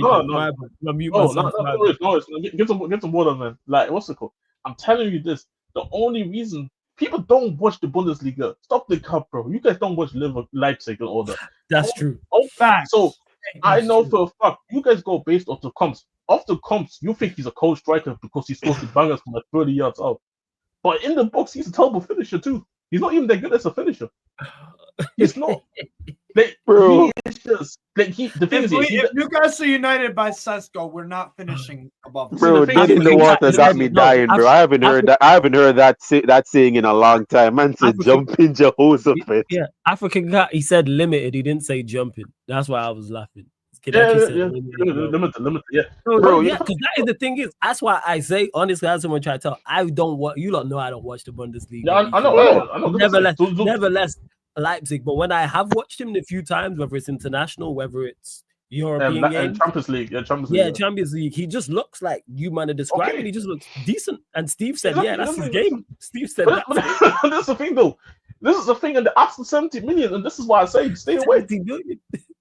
I'm saying go get Watkins for 45. Who's here and scored goals. Newcastle would have been better off if they literally went to Nottingham Forest right now and signed what's his name, that striker. They'd better off signing him. Yeah. Well, Ashley Barnes. They're better off signing him. Better off signing Hamza Igamane from Rangers. You're better off signing like Boniface is right there. Patrick Schick is right there. Benjamin Sesko. My number one choice is Pavlidis. My number one choice. And that could be Man United as well. Like, think about it. We're literally signing a dolphin. That's literally what Man United are doing. You're signing a dolphin. All he does is jump. No, but that's the thing. That's what I'm trying to say as well. Is that like the good thing about Sesko is that he's 22. You know what I'm saying? Like, people look if Sesko, he can go back to college. I'm trying to say though, because but this is what I'm trying to say though. Like, because he's 22. If Sesko was 27, doing what he's doing right now, bro, this dude is playing in the Serbian league, bro. I'm telling you, bro. Like, he's not good. Like, he's not. Like, see, for every other good Leipzig player, you always get a bad one. And in recent years, outside Openda, I would say, outside Openda, they've been kind of mid when it comes to strikers. Remember, these men tried to convince the entire world Poulsen could do something. Don't forget that. Poulsen, bro, like, just Christian Poulsen, man, what a throwback. It's not even Christian Poulsen. It's Yusuf. It's not his name, bro. Yusuf, I told you. It's Yusuf. I told you, man. Yeah, that's what that's what twanged Chelsea into signing Werner. That's what twanged Chelsea into signing Werner. Him. Sam, do you rate him? Let me know. Did anyone in the chat who actually rates him? Let me know. Yeah, actually, I want to figure it out. I want to figure it out. I like genuinely, because when I've watched him, like I said, he just looks decent. That's the best he can do. Big H. I'm indeed German. Yes. Yeah, Jez is German for those I don't know. Yes, Jez is German. Who here? You remember the meme when they're like, Krillin gets all the 7 Dragon Balls and I wish to be stronger, and Shenron's like, that's beyond my power. That's Sesko. That brother's like, I wish to be a good power. The thing is, wish for something else, bro. Outside of Watermother, because Watermother this year had only just one season. I can't say 100% yet. Outside Watermother, I agree. All the strikers I take before I take Sesko. But God, for Eintracht Frankfurt's gonna be linked to everyone. Listen, go side. Go if you're interested in Sesko. Jonathan Burkhardt, the last striker on the list. Burkhardt. So he's saying Pavlis, Altamade, Calamuendo, Openda, Garashi, yeah. Okay, cool. Add Morata to that as well. You can add Igamane from Rangers on there. What's that Georgian that plays for Leon as well? He's Miko Tadze. Miko Tadze is better than him. Shout out to his number 69. Yeah, like, come on, bro. Callum Wilson's better than Benjamin Sesko. This guy.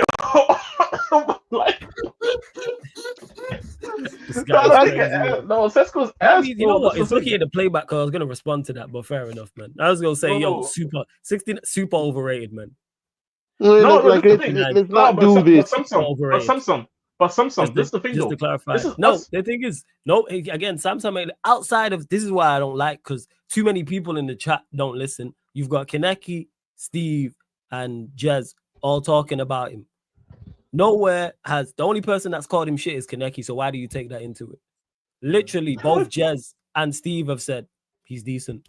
Repeatedly, they've both said he's decent. I've said when I've watched you, even though it's much more my knowledge on him is much more limited than these three, I've said he's decent. But you choose to go with what Kaneki said because Kaneki isn't. Don't bring that nonsense over here because that's not the case over here. Maybe in other content creator spaces, that's cool. But one, please. Samsung is poking fun of me. No, Samsung is poking fun of me. No, Samsung is poking fun of me. That's why you see it right there. Wilson, now you're waffling now. Samsung is making fun of me. Samsung, you need to understand this, okay? Man want to, because the thing is, you're the only one here saying this shit. Cool. Yeah. I have no issue with that. But both Jez and Steve have said, yeah, he's decent. No. They're trying to look at a positive. I'm not looking at no positive. I'm looking at him and understand you're literally a make-a-wish Lukaku. You're horrid. Steve, would you rather take Jack? I'm just tired of people just not listening in the chat to what's actually being said.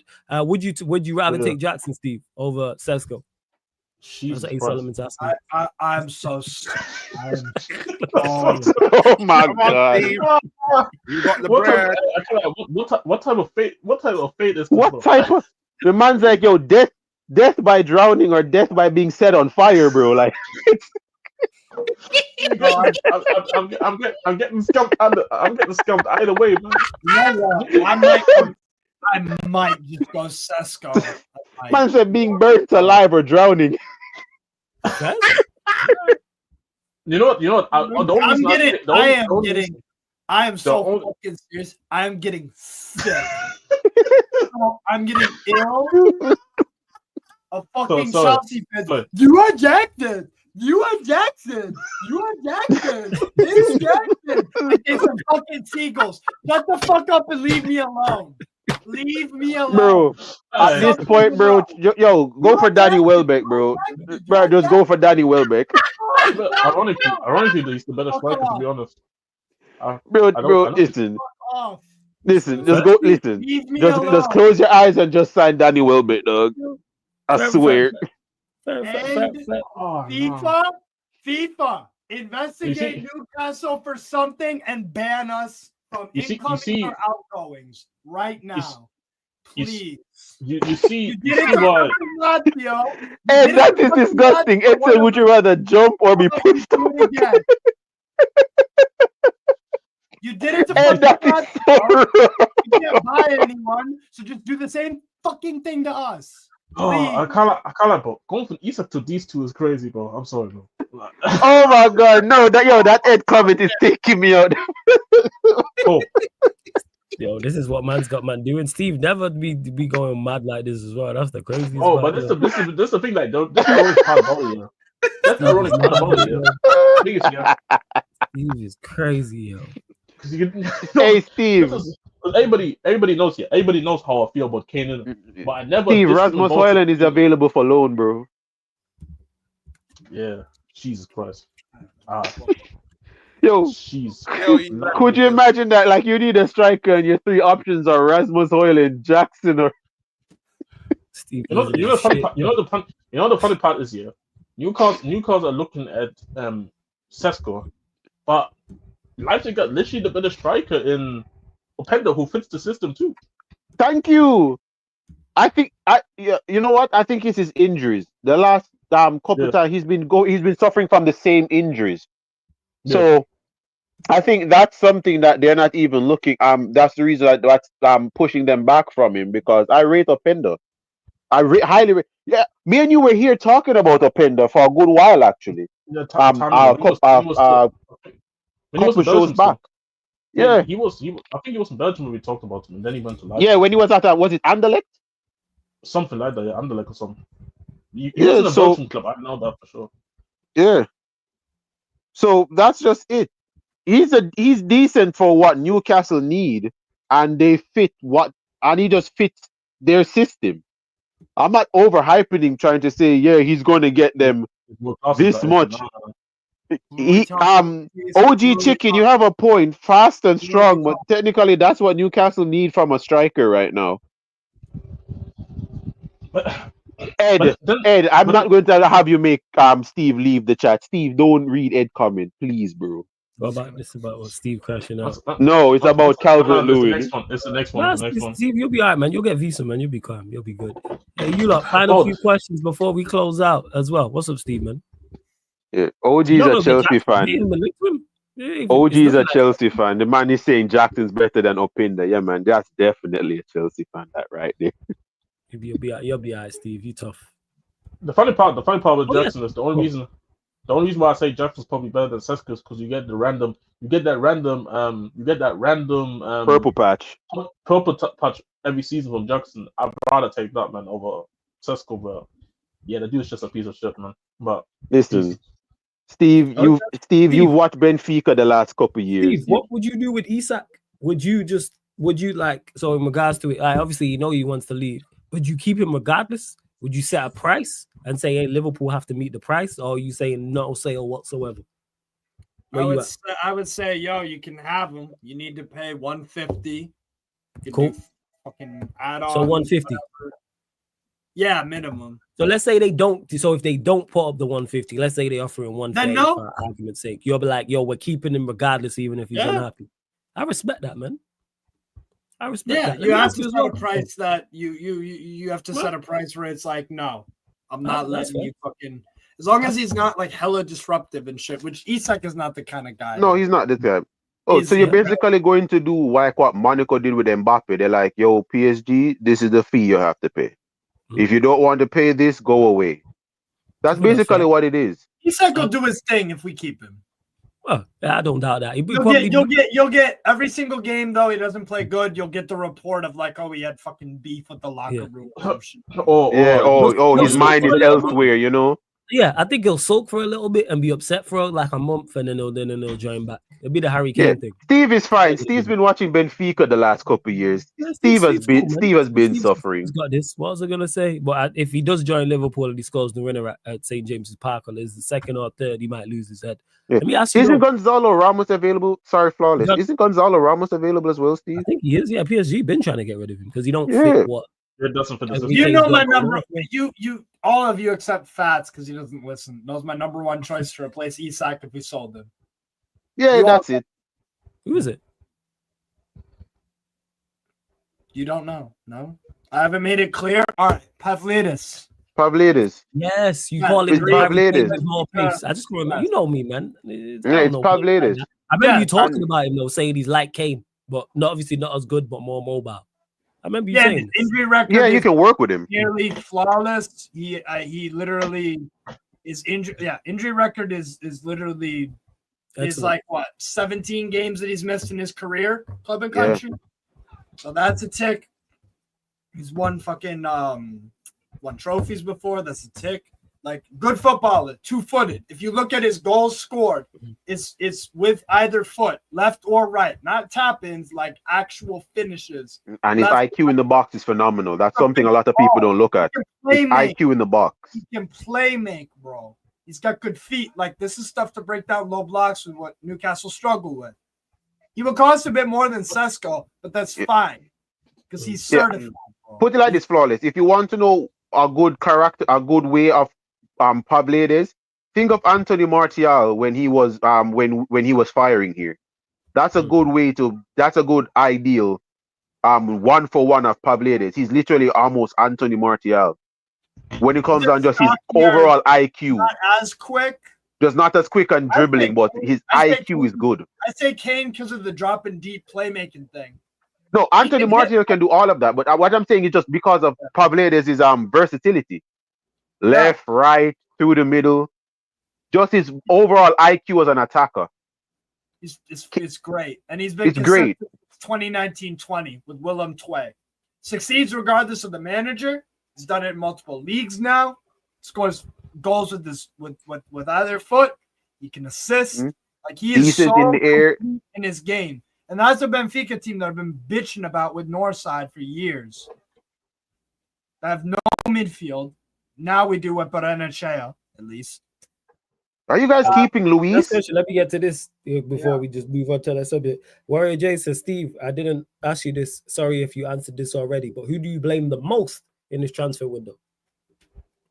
Fucking whatever dickhead did or didn't hire and fire a DOF.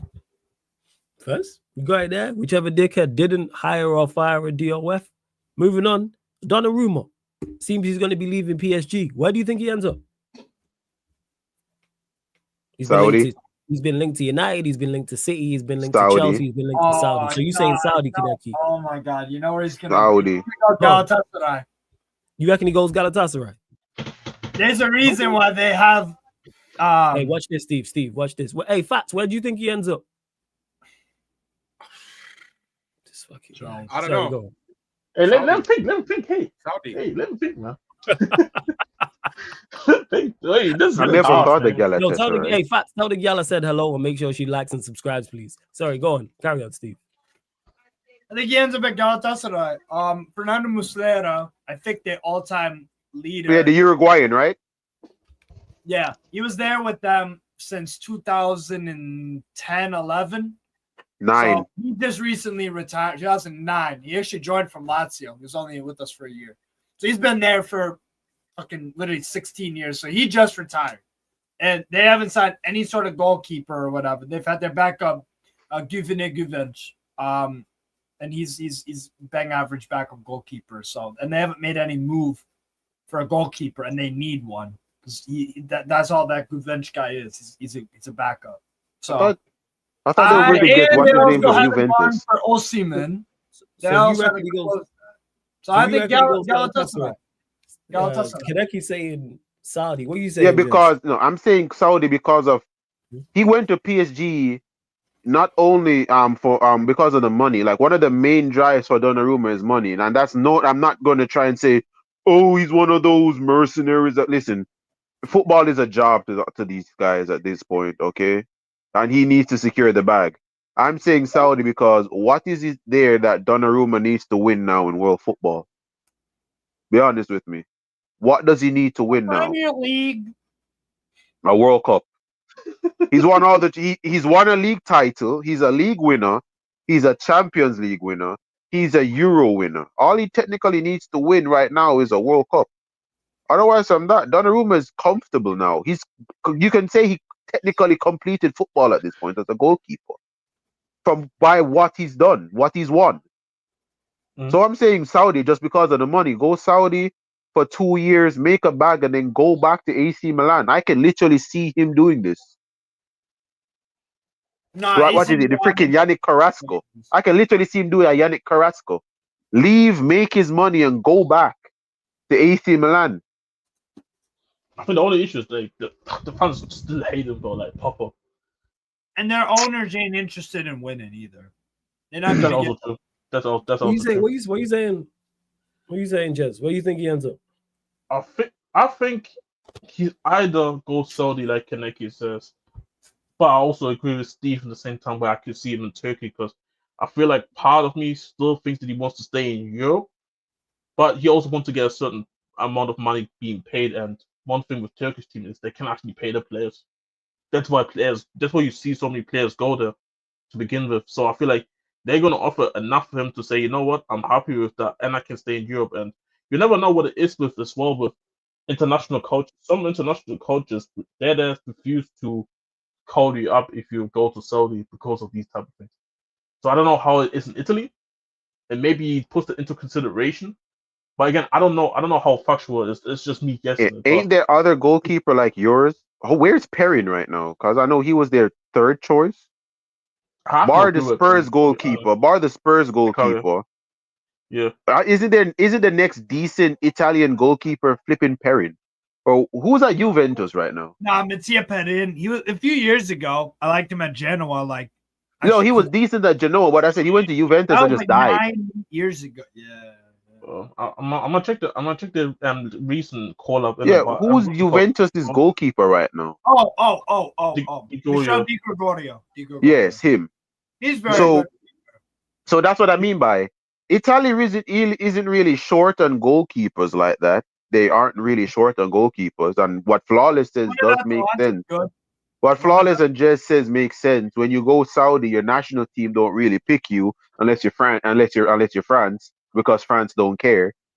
But yeah, I can't see Italy trying to punish Donnarumma for going to Saudi. I don't really see that. I find it funny that Chevalier, who me and Steve were talking about for 2 years on this channel, has no sign for PSG. Remember, Steve, we were talking about this guy when he was 14 million? Big up, Max. Big up Max for the raid, man. Make sure big up Max, bro. Big up Max, man. Big up, bro. Go on, Karen. Shout out Max. Go on, Karen. So that is what I'm bringing up when it comes on to this. Donnarumma to Manchester United? No, that don't make sense. It don't make sense. Fantastic goalkeeper. Don't make sense because the structure that he needs to thrive in, Man United don't got that structure. They don't got that structure at all. Chelsea does, though. Chelsea got that structure, especially the type of system that he thrives in the most with a compact defense. It fits. He doesn't fit Manchester United based on the fact that the system that he thrives in, Man United cannot play it. Yes, a goalkeeper actually needs a system to thrive, people. If anyone is shocked by that, what do you mean by system? Goalkeepers need systems to thrive in. Yep. All right? For Donnarumma, don't try and let anything fool you. Donnarumma is a good goalkeeper when you have to pass 17 different players before you get to him. Yes. If you look at how they play, when Chelsea was just going route one, taking shots at him, he couldn't save nothing. But when you have to dribble past this guy and this guy and this guy and this guy, by the time you reach Donnarumma, he's already taken the ball. When Chelsea were like, we're not going to run through your defense, we're just going to take shots from outside the box. Chelsea packed PSG.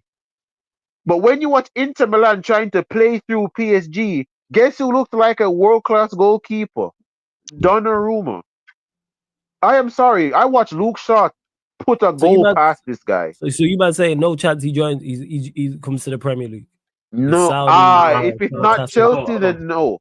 Wait, isn't Manchester City trying to sell Ederson right now? Manchester City, they got Trafford. No. What's it called? What's it called? The only way I see him go to a City is if they sell Ederson. But then I think I saw something. I read something about how they want to sell Ortega now. So if I know that's what I'm saying. Ortega and Ederson are up for sale. That's what I'm saying. Manchester City. I'm saying that I think what's gonna happen is I think Ederson's gonna stay on Ortega golf for this season, and then they got a new goalkeeper the next summer. Because Trafford's there, but yeah, Donnarumma, if he is signed, would start ahead of him. And to Ed, the reason why PSG ain't gonna give him the bag because they just signed. What did you say his name? Chevalier. That's it. And on top of that as well, what that was when me and Rance was talking about this earlier. Someone mentioned in the chat that I didn't know. Donnarumma's on the last year of his deal, people. Yes, he Contract runs out 2026. Yes, he is, and they're not looking to extend it. He's trying to get the back. Yes, so it's either make the move now as the for PSG, but PSG ain't fussed, it seems, because they went and signed his replacement anyway.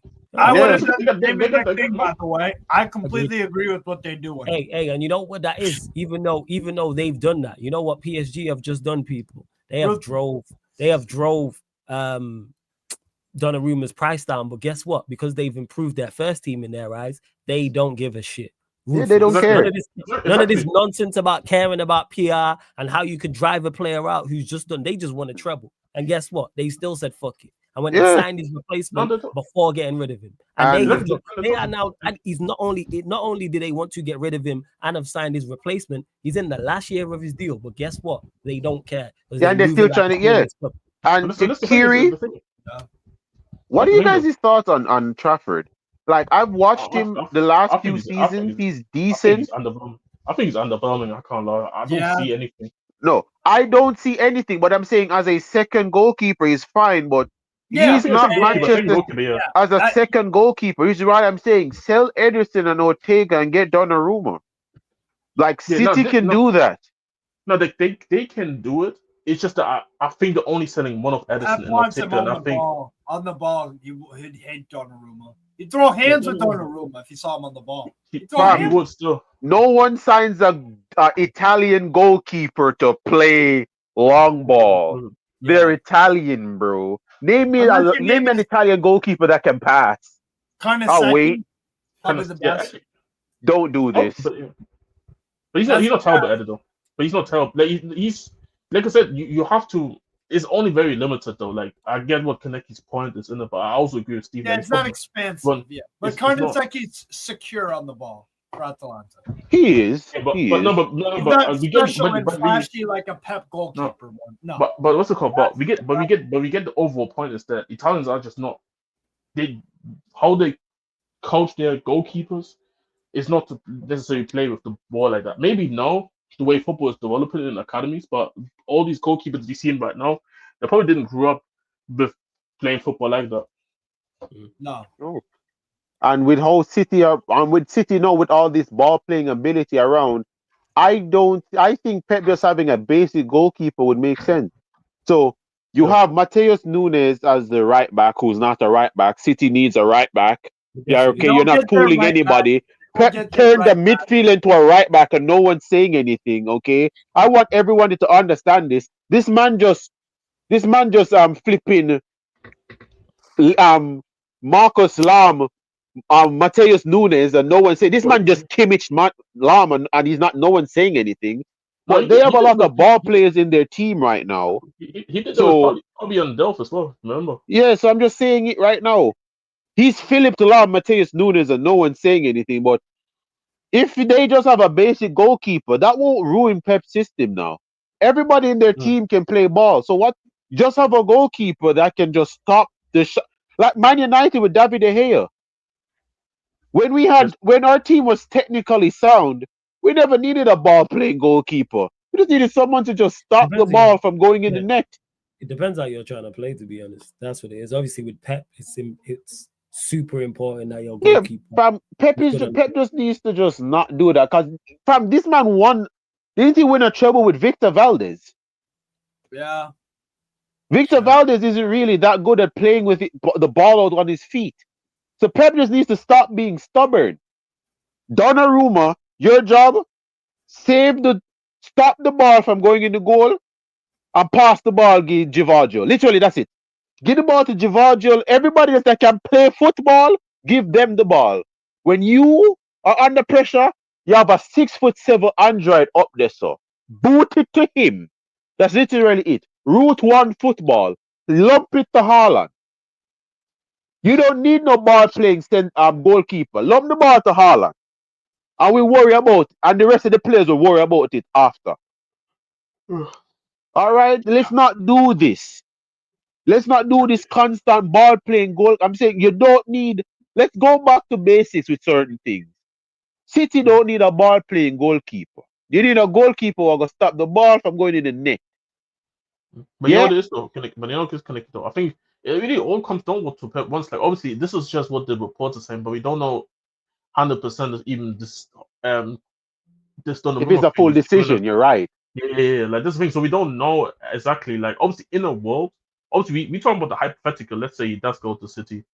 I do see the point what you're trying to say as well, but I don't know. It's kind of hard because like it's just how we've seen Pep in recent years, and you know how Donnarumma is just a box keeper. He's not necessarily like willing to travel out of the penalty box, for example. So I do wonder how Pep would be. Well, Pep adjusts, so it's not like Pep never adjusts, but I'm just wondering how it would look like then if Donnarumma wasn't goal though. You know what? That's a fantastic point you're bringing up. But my whole thing about it is just this. You see, because I've seen Pep tweak things. Donnarumma is not the coming out. He's not Manuel Neuer. Okay, he ain't Neuer. All right, he's not Neuer. He's not Buffon. He's not going to run out of his box to do shit. The last time he did that, he got dinked. Never forget that Amad Diallo dunked on this guy as well in the when he was at AC Milan. Let's not forget that. Pogba and Amad Diallo dunked on this guy. Was he in goal for them? Yes, he was. Yes, he was. He was 17 starting for AC Milan, bro. Yeah, I remember he was starting like he was like 16, 17. He was. I just forgot he was in goal them times still. Yeah, he was in goal. People forget, like Donnarumma is, even though he's so young, he's been playing for a decade. He's experienced. Like he is the 17-year-old with 10 years work experience. Not even experience. This guy is from the you know the busman. You know the busman. Bro, this guy's mentor was Buffon. He's from. So when people talk about Donnarumma not being good with the ball at his feet, that's because he's from the old class. Yeah, he's from the old school. Yeah. He was being mentored by Buffon in the Italian national team.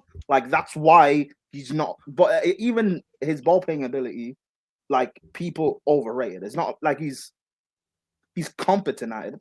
That's what I said. If it's Sanchez route one, goalkeeper apparently. That's what I'm saying. Prime at route one. If you just tell him lump it to Haaland, he's fine. He's better than Sanchez. Like Kaneki. People Courtois is not a ball playing goalkeeper. But he's not competent, bro. But he's competent when you're like, yo, lump it to Vinny on the wing. That's literally it. Kick it to the wing.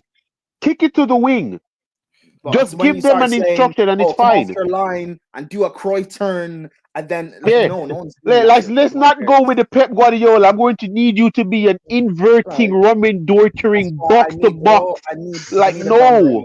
Runs on there. I need a shot stopper. Yeah, we don't need no Arteta box-to-box goalkeeper, bro. We're not doing this.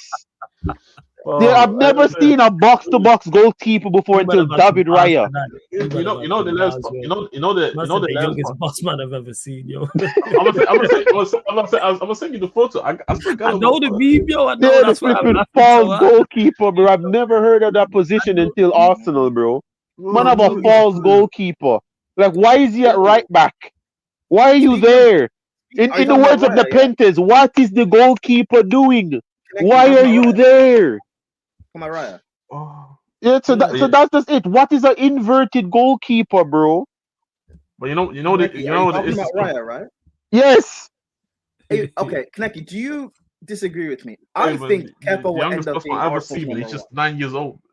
Yeah, man, I've seen it. I'm just pulling up the meme here now as we speak, yo. Like, Kaneki, do you disagree with that? I think he'll end up being. Why would I disagree with something that's factual? Okay, thank you. So I'm not crazy. Thank you. No, you're not. Do you think it's wrong that Kepa is going to come out of nowhere, keep a clean sheet against Sunderland, and just bench him? I love this picture, man. Yeah. I haven't seen 9 years old, man. 9 years old. You are an idiot. Well, what are you saying there, Prime? You reckon that that Kepa displaces Raya is what you're saying? Arteta will do it. Go on. Hit me. Why do you think that's the case?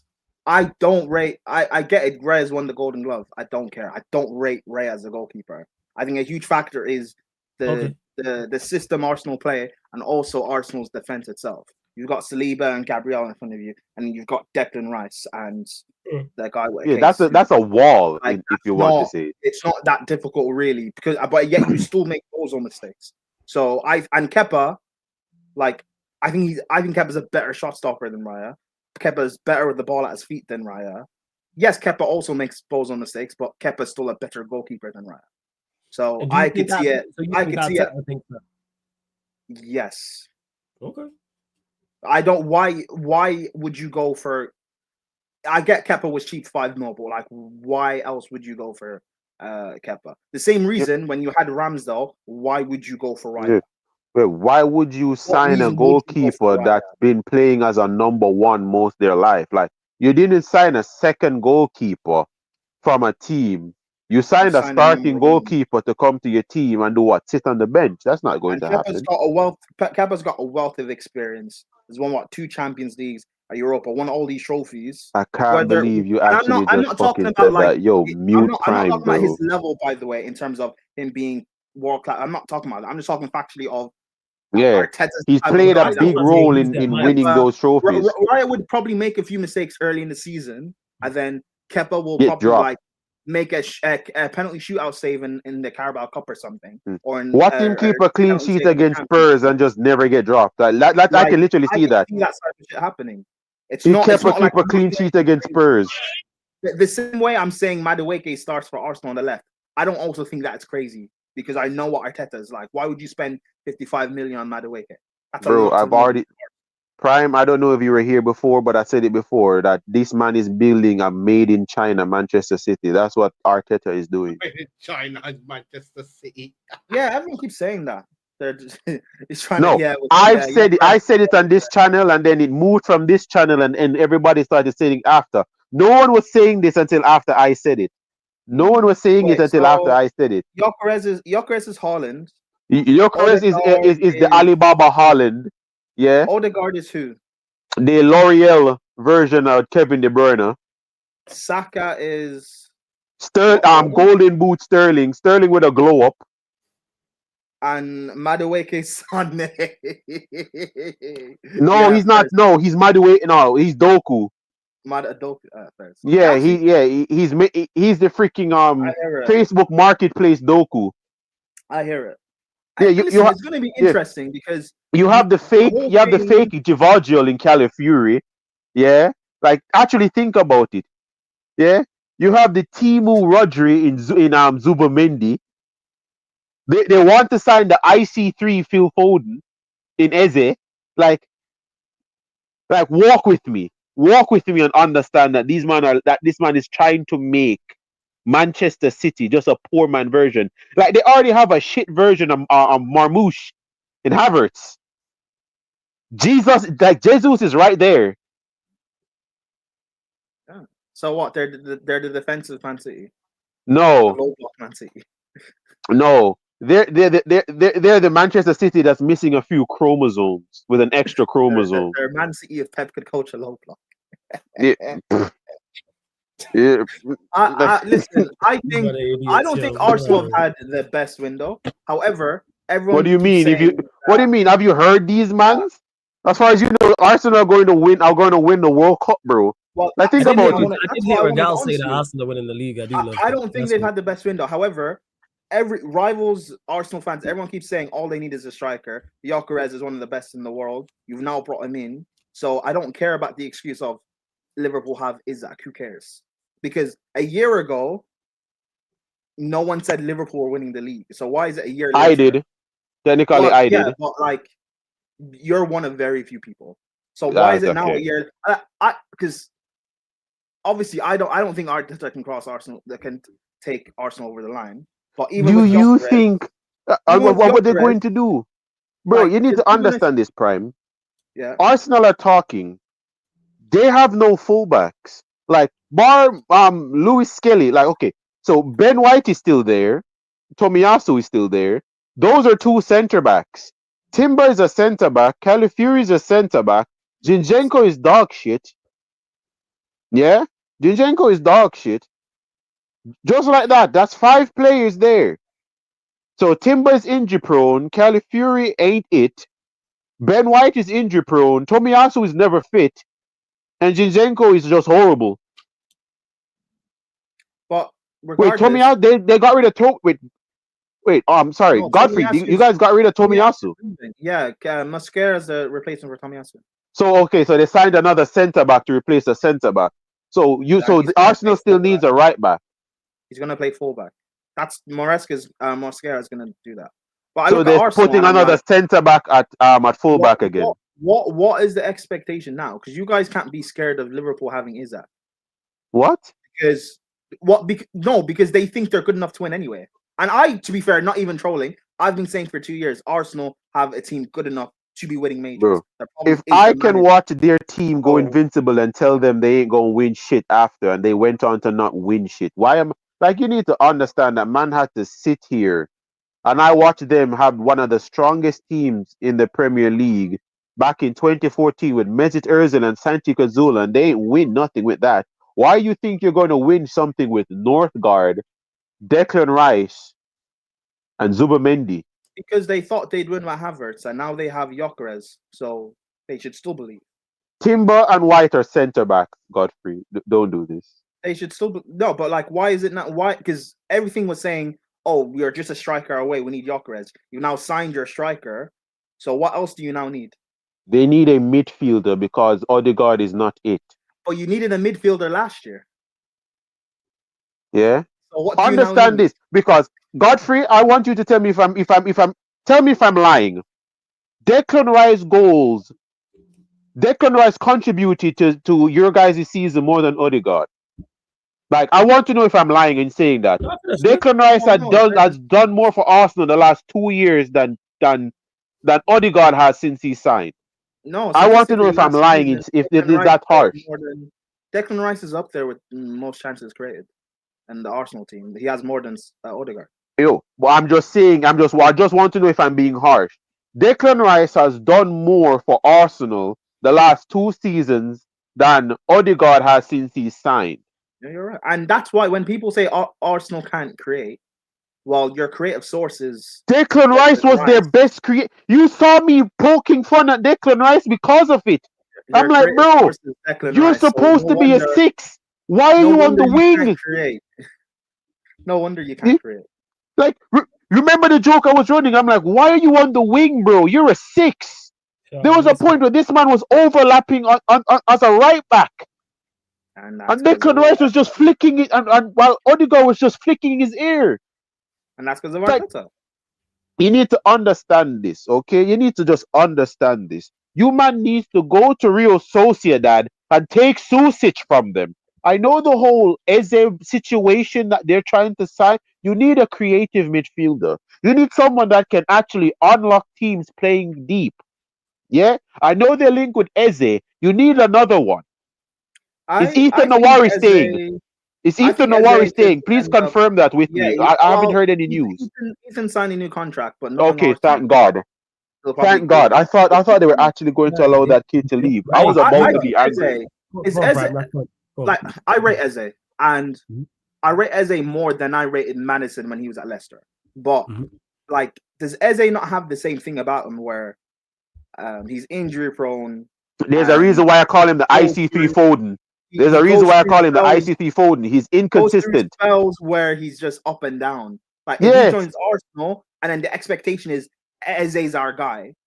Like and that's again, true. I keep saying, just all this money you're wasting, just go get a better manager. Like you're wasting too much money. If you're LFC side, by the way, and everyone said about Chelsea, you spent $1 billion and not won anything. We now have a LFC side. So you heard me tell you. You heard me say it here with facts and chest that Enzo Millet fits Arsenal. Everyone here has heard me say it before, even though I never wanted to admit it. Enzo Millet is the perfect fit for Arsenal, especially ball carrying wise, and his technical ability to unlock teams playing deep because of his dribbling ability. He's a very good box crasher as well. I hated to admit it, but I said Enzo Millet fits Arsenal more than he fits Man United because I want Enzo Millet at Man United. He walks. He's literally the player Arsenal needs. That is their Santi Cazorla. I'm not going to hype him and say he's as good as Santi Cazorla, but that player that can unlock teams at will. That right there is what Enzo Millet is, and he's 27 million. I hate hearing it because it was Troops. I was in Troops' chat when someone in his chat was saying, yo, there aren't any more midfielders around. Why is everybody making fun of the Northgard signing? What other midfielders are out there? Don't piss me off. Don't piss me off with lazy analysis because you don't watch football. Enzo Millet was right there.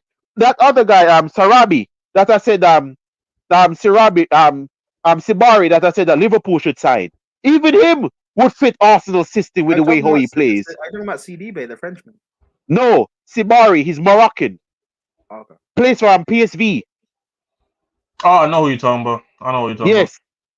Plays an 8 as a 6. Fantastic long passing. Very good at driving with the ball. Very good at linking play. Can use both feet. Fantastic at goal scoring. Complete. He's a complete midfielder. He's a box Yes, he can play 10, 8, and 6. His technical ability is good in the 10. His passing ability is good as an 8. His defensive output and ability to drive with the ball make him fantastic as a 6. He's right there for what? 40 million. Or is it 32? Probably even less because it's PSV and they don't demand that much money. Yeah, 32. Call it 20 to 30 million.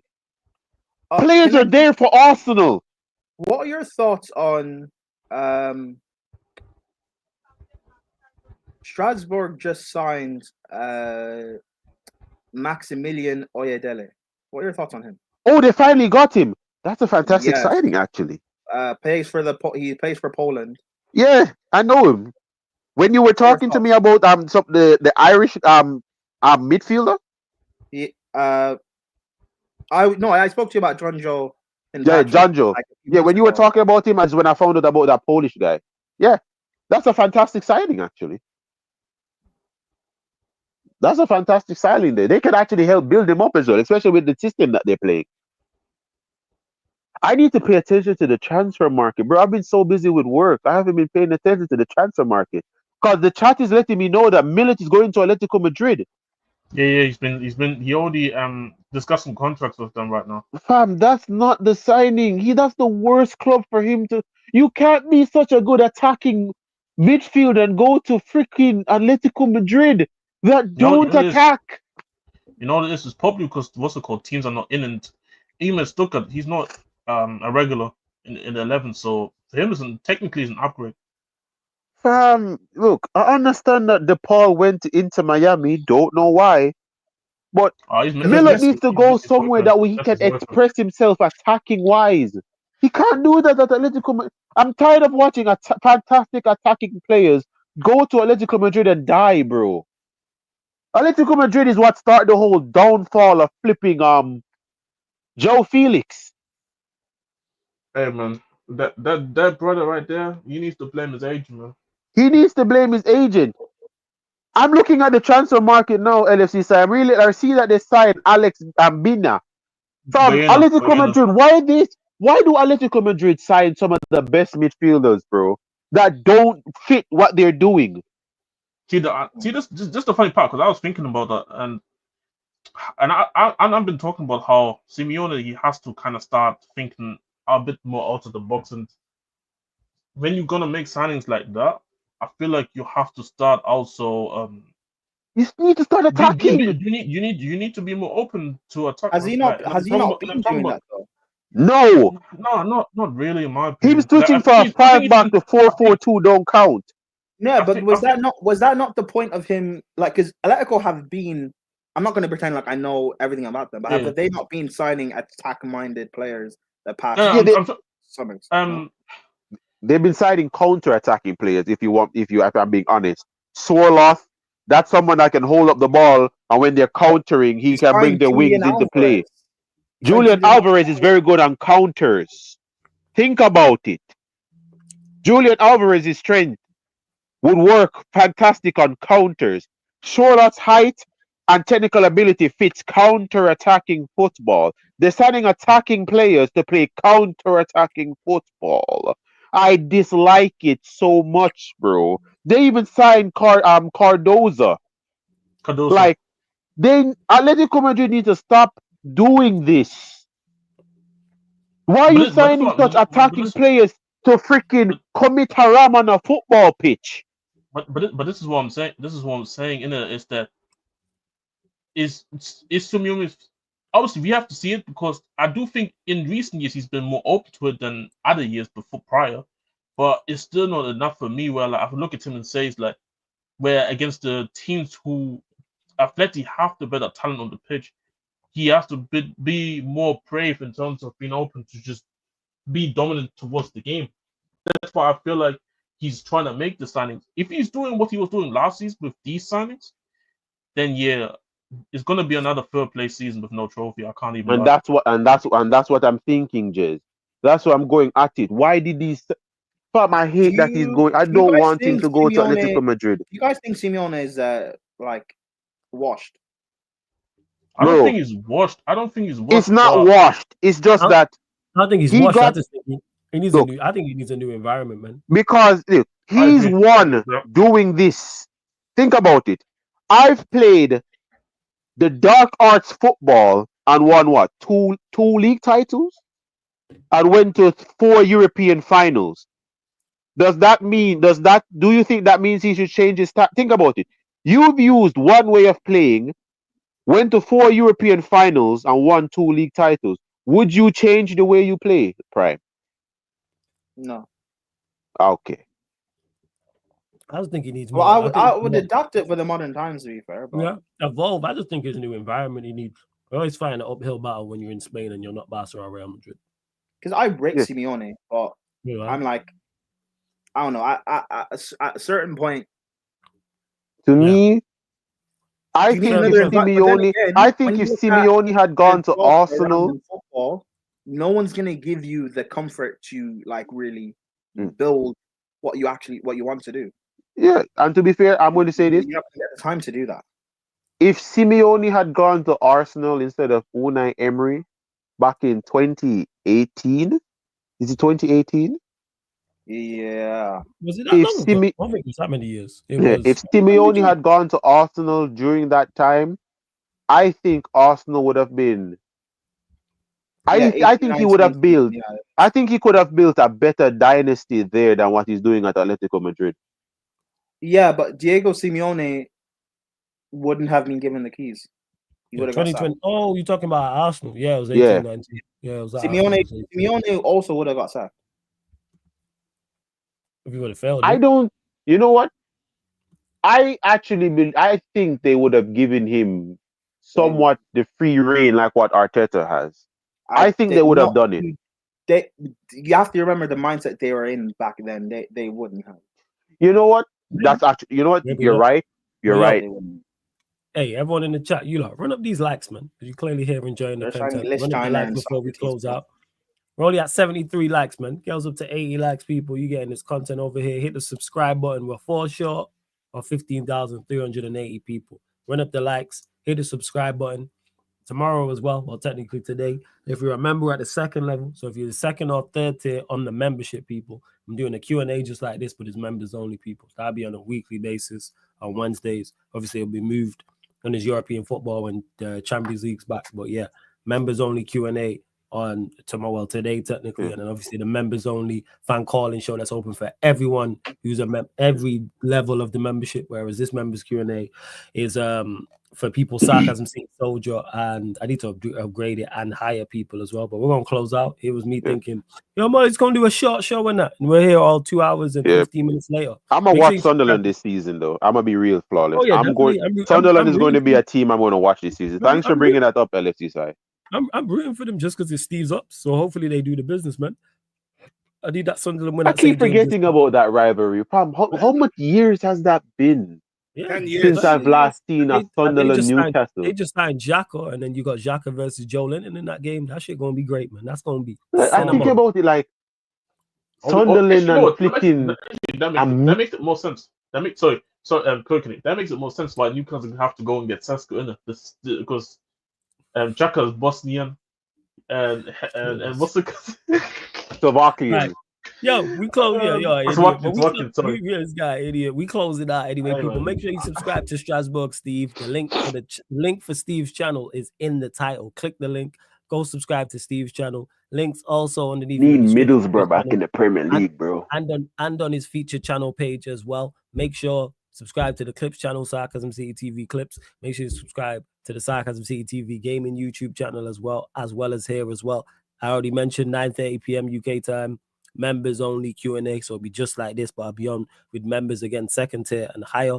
And then after that, because I moved it from today because he wasn't around today, shout out to Vito, Manchester United, Manchester City show. But all the shows I mentioned, every single show I've mentioned, people, is on the schedule. So you can check out the schedule here on the YouTube channel. Literally just go to the homepage and scroll down. And on top of that as well, make sure you go follow the playback. And on top of that, don't forget, this show and all the other shows on the channel are available on audio-only platforms as well. So Spotify, iTunes, SoundCloud. So if you want to listen audio-only, people, go to Spotify, type in Sarcasm City TV, 5-star, or same with iTunes, Apple Podcasts, SoundCloud, or wherever you listen to your podcast. It's also on the YouTube Music app as well because I've added the RSS feed. But we are going to close out. No one's live. I don't think anyone's live. You lot double check to let me know in the chat. Big up to all the mods, though, all the members, or the regulars, or the super chatters, etc., man. Big up to everyone. I know Billy super chatted earlier. Absolute real ones who continue to support. So too many of you to name. So again, big up all the members, all the moderators, all the regulars, any of the new people who joined over from any of the various raids as well. Shout out Zay, shout out Mike's, shout out Steve as well. So yeah, closing out. Hope you lot have enjoyed the stream. Raid who? Who's Gio? Who's that Godfrey? Who's Gio? I'm asking. Do you know Gio? Who's Gio? That's so random.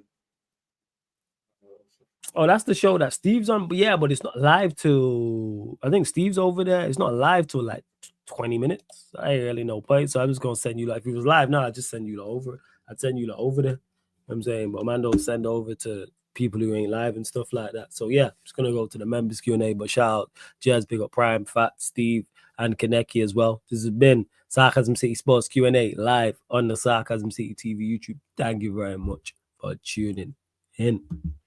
Arteta.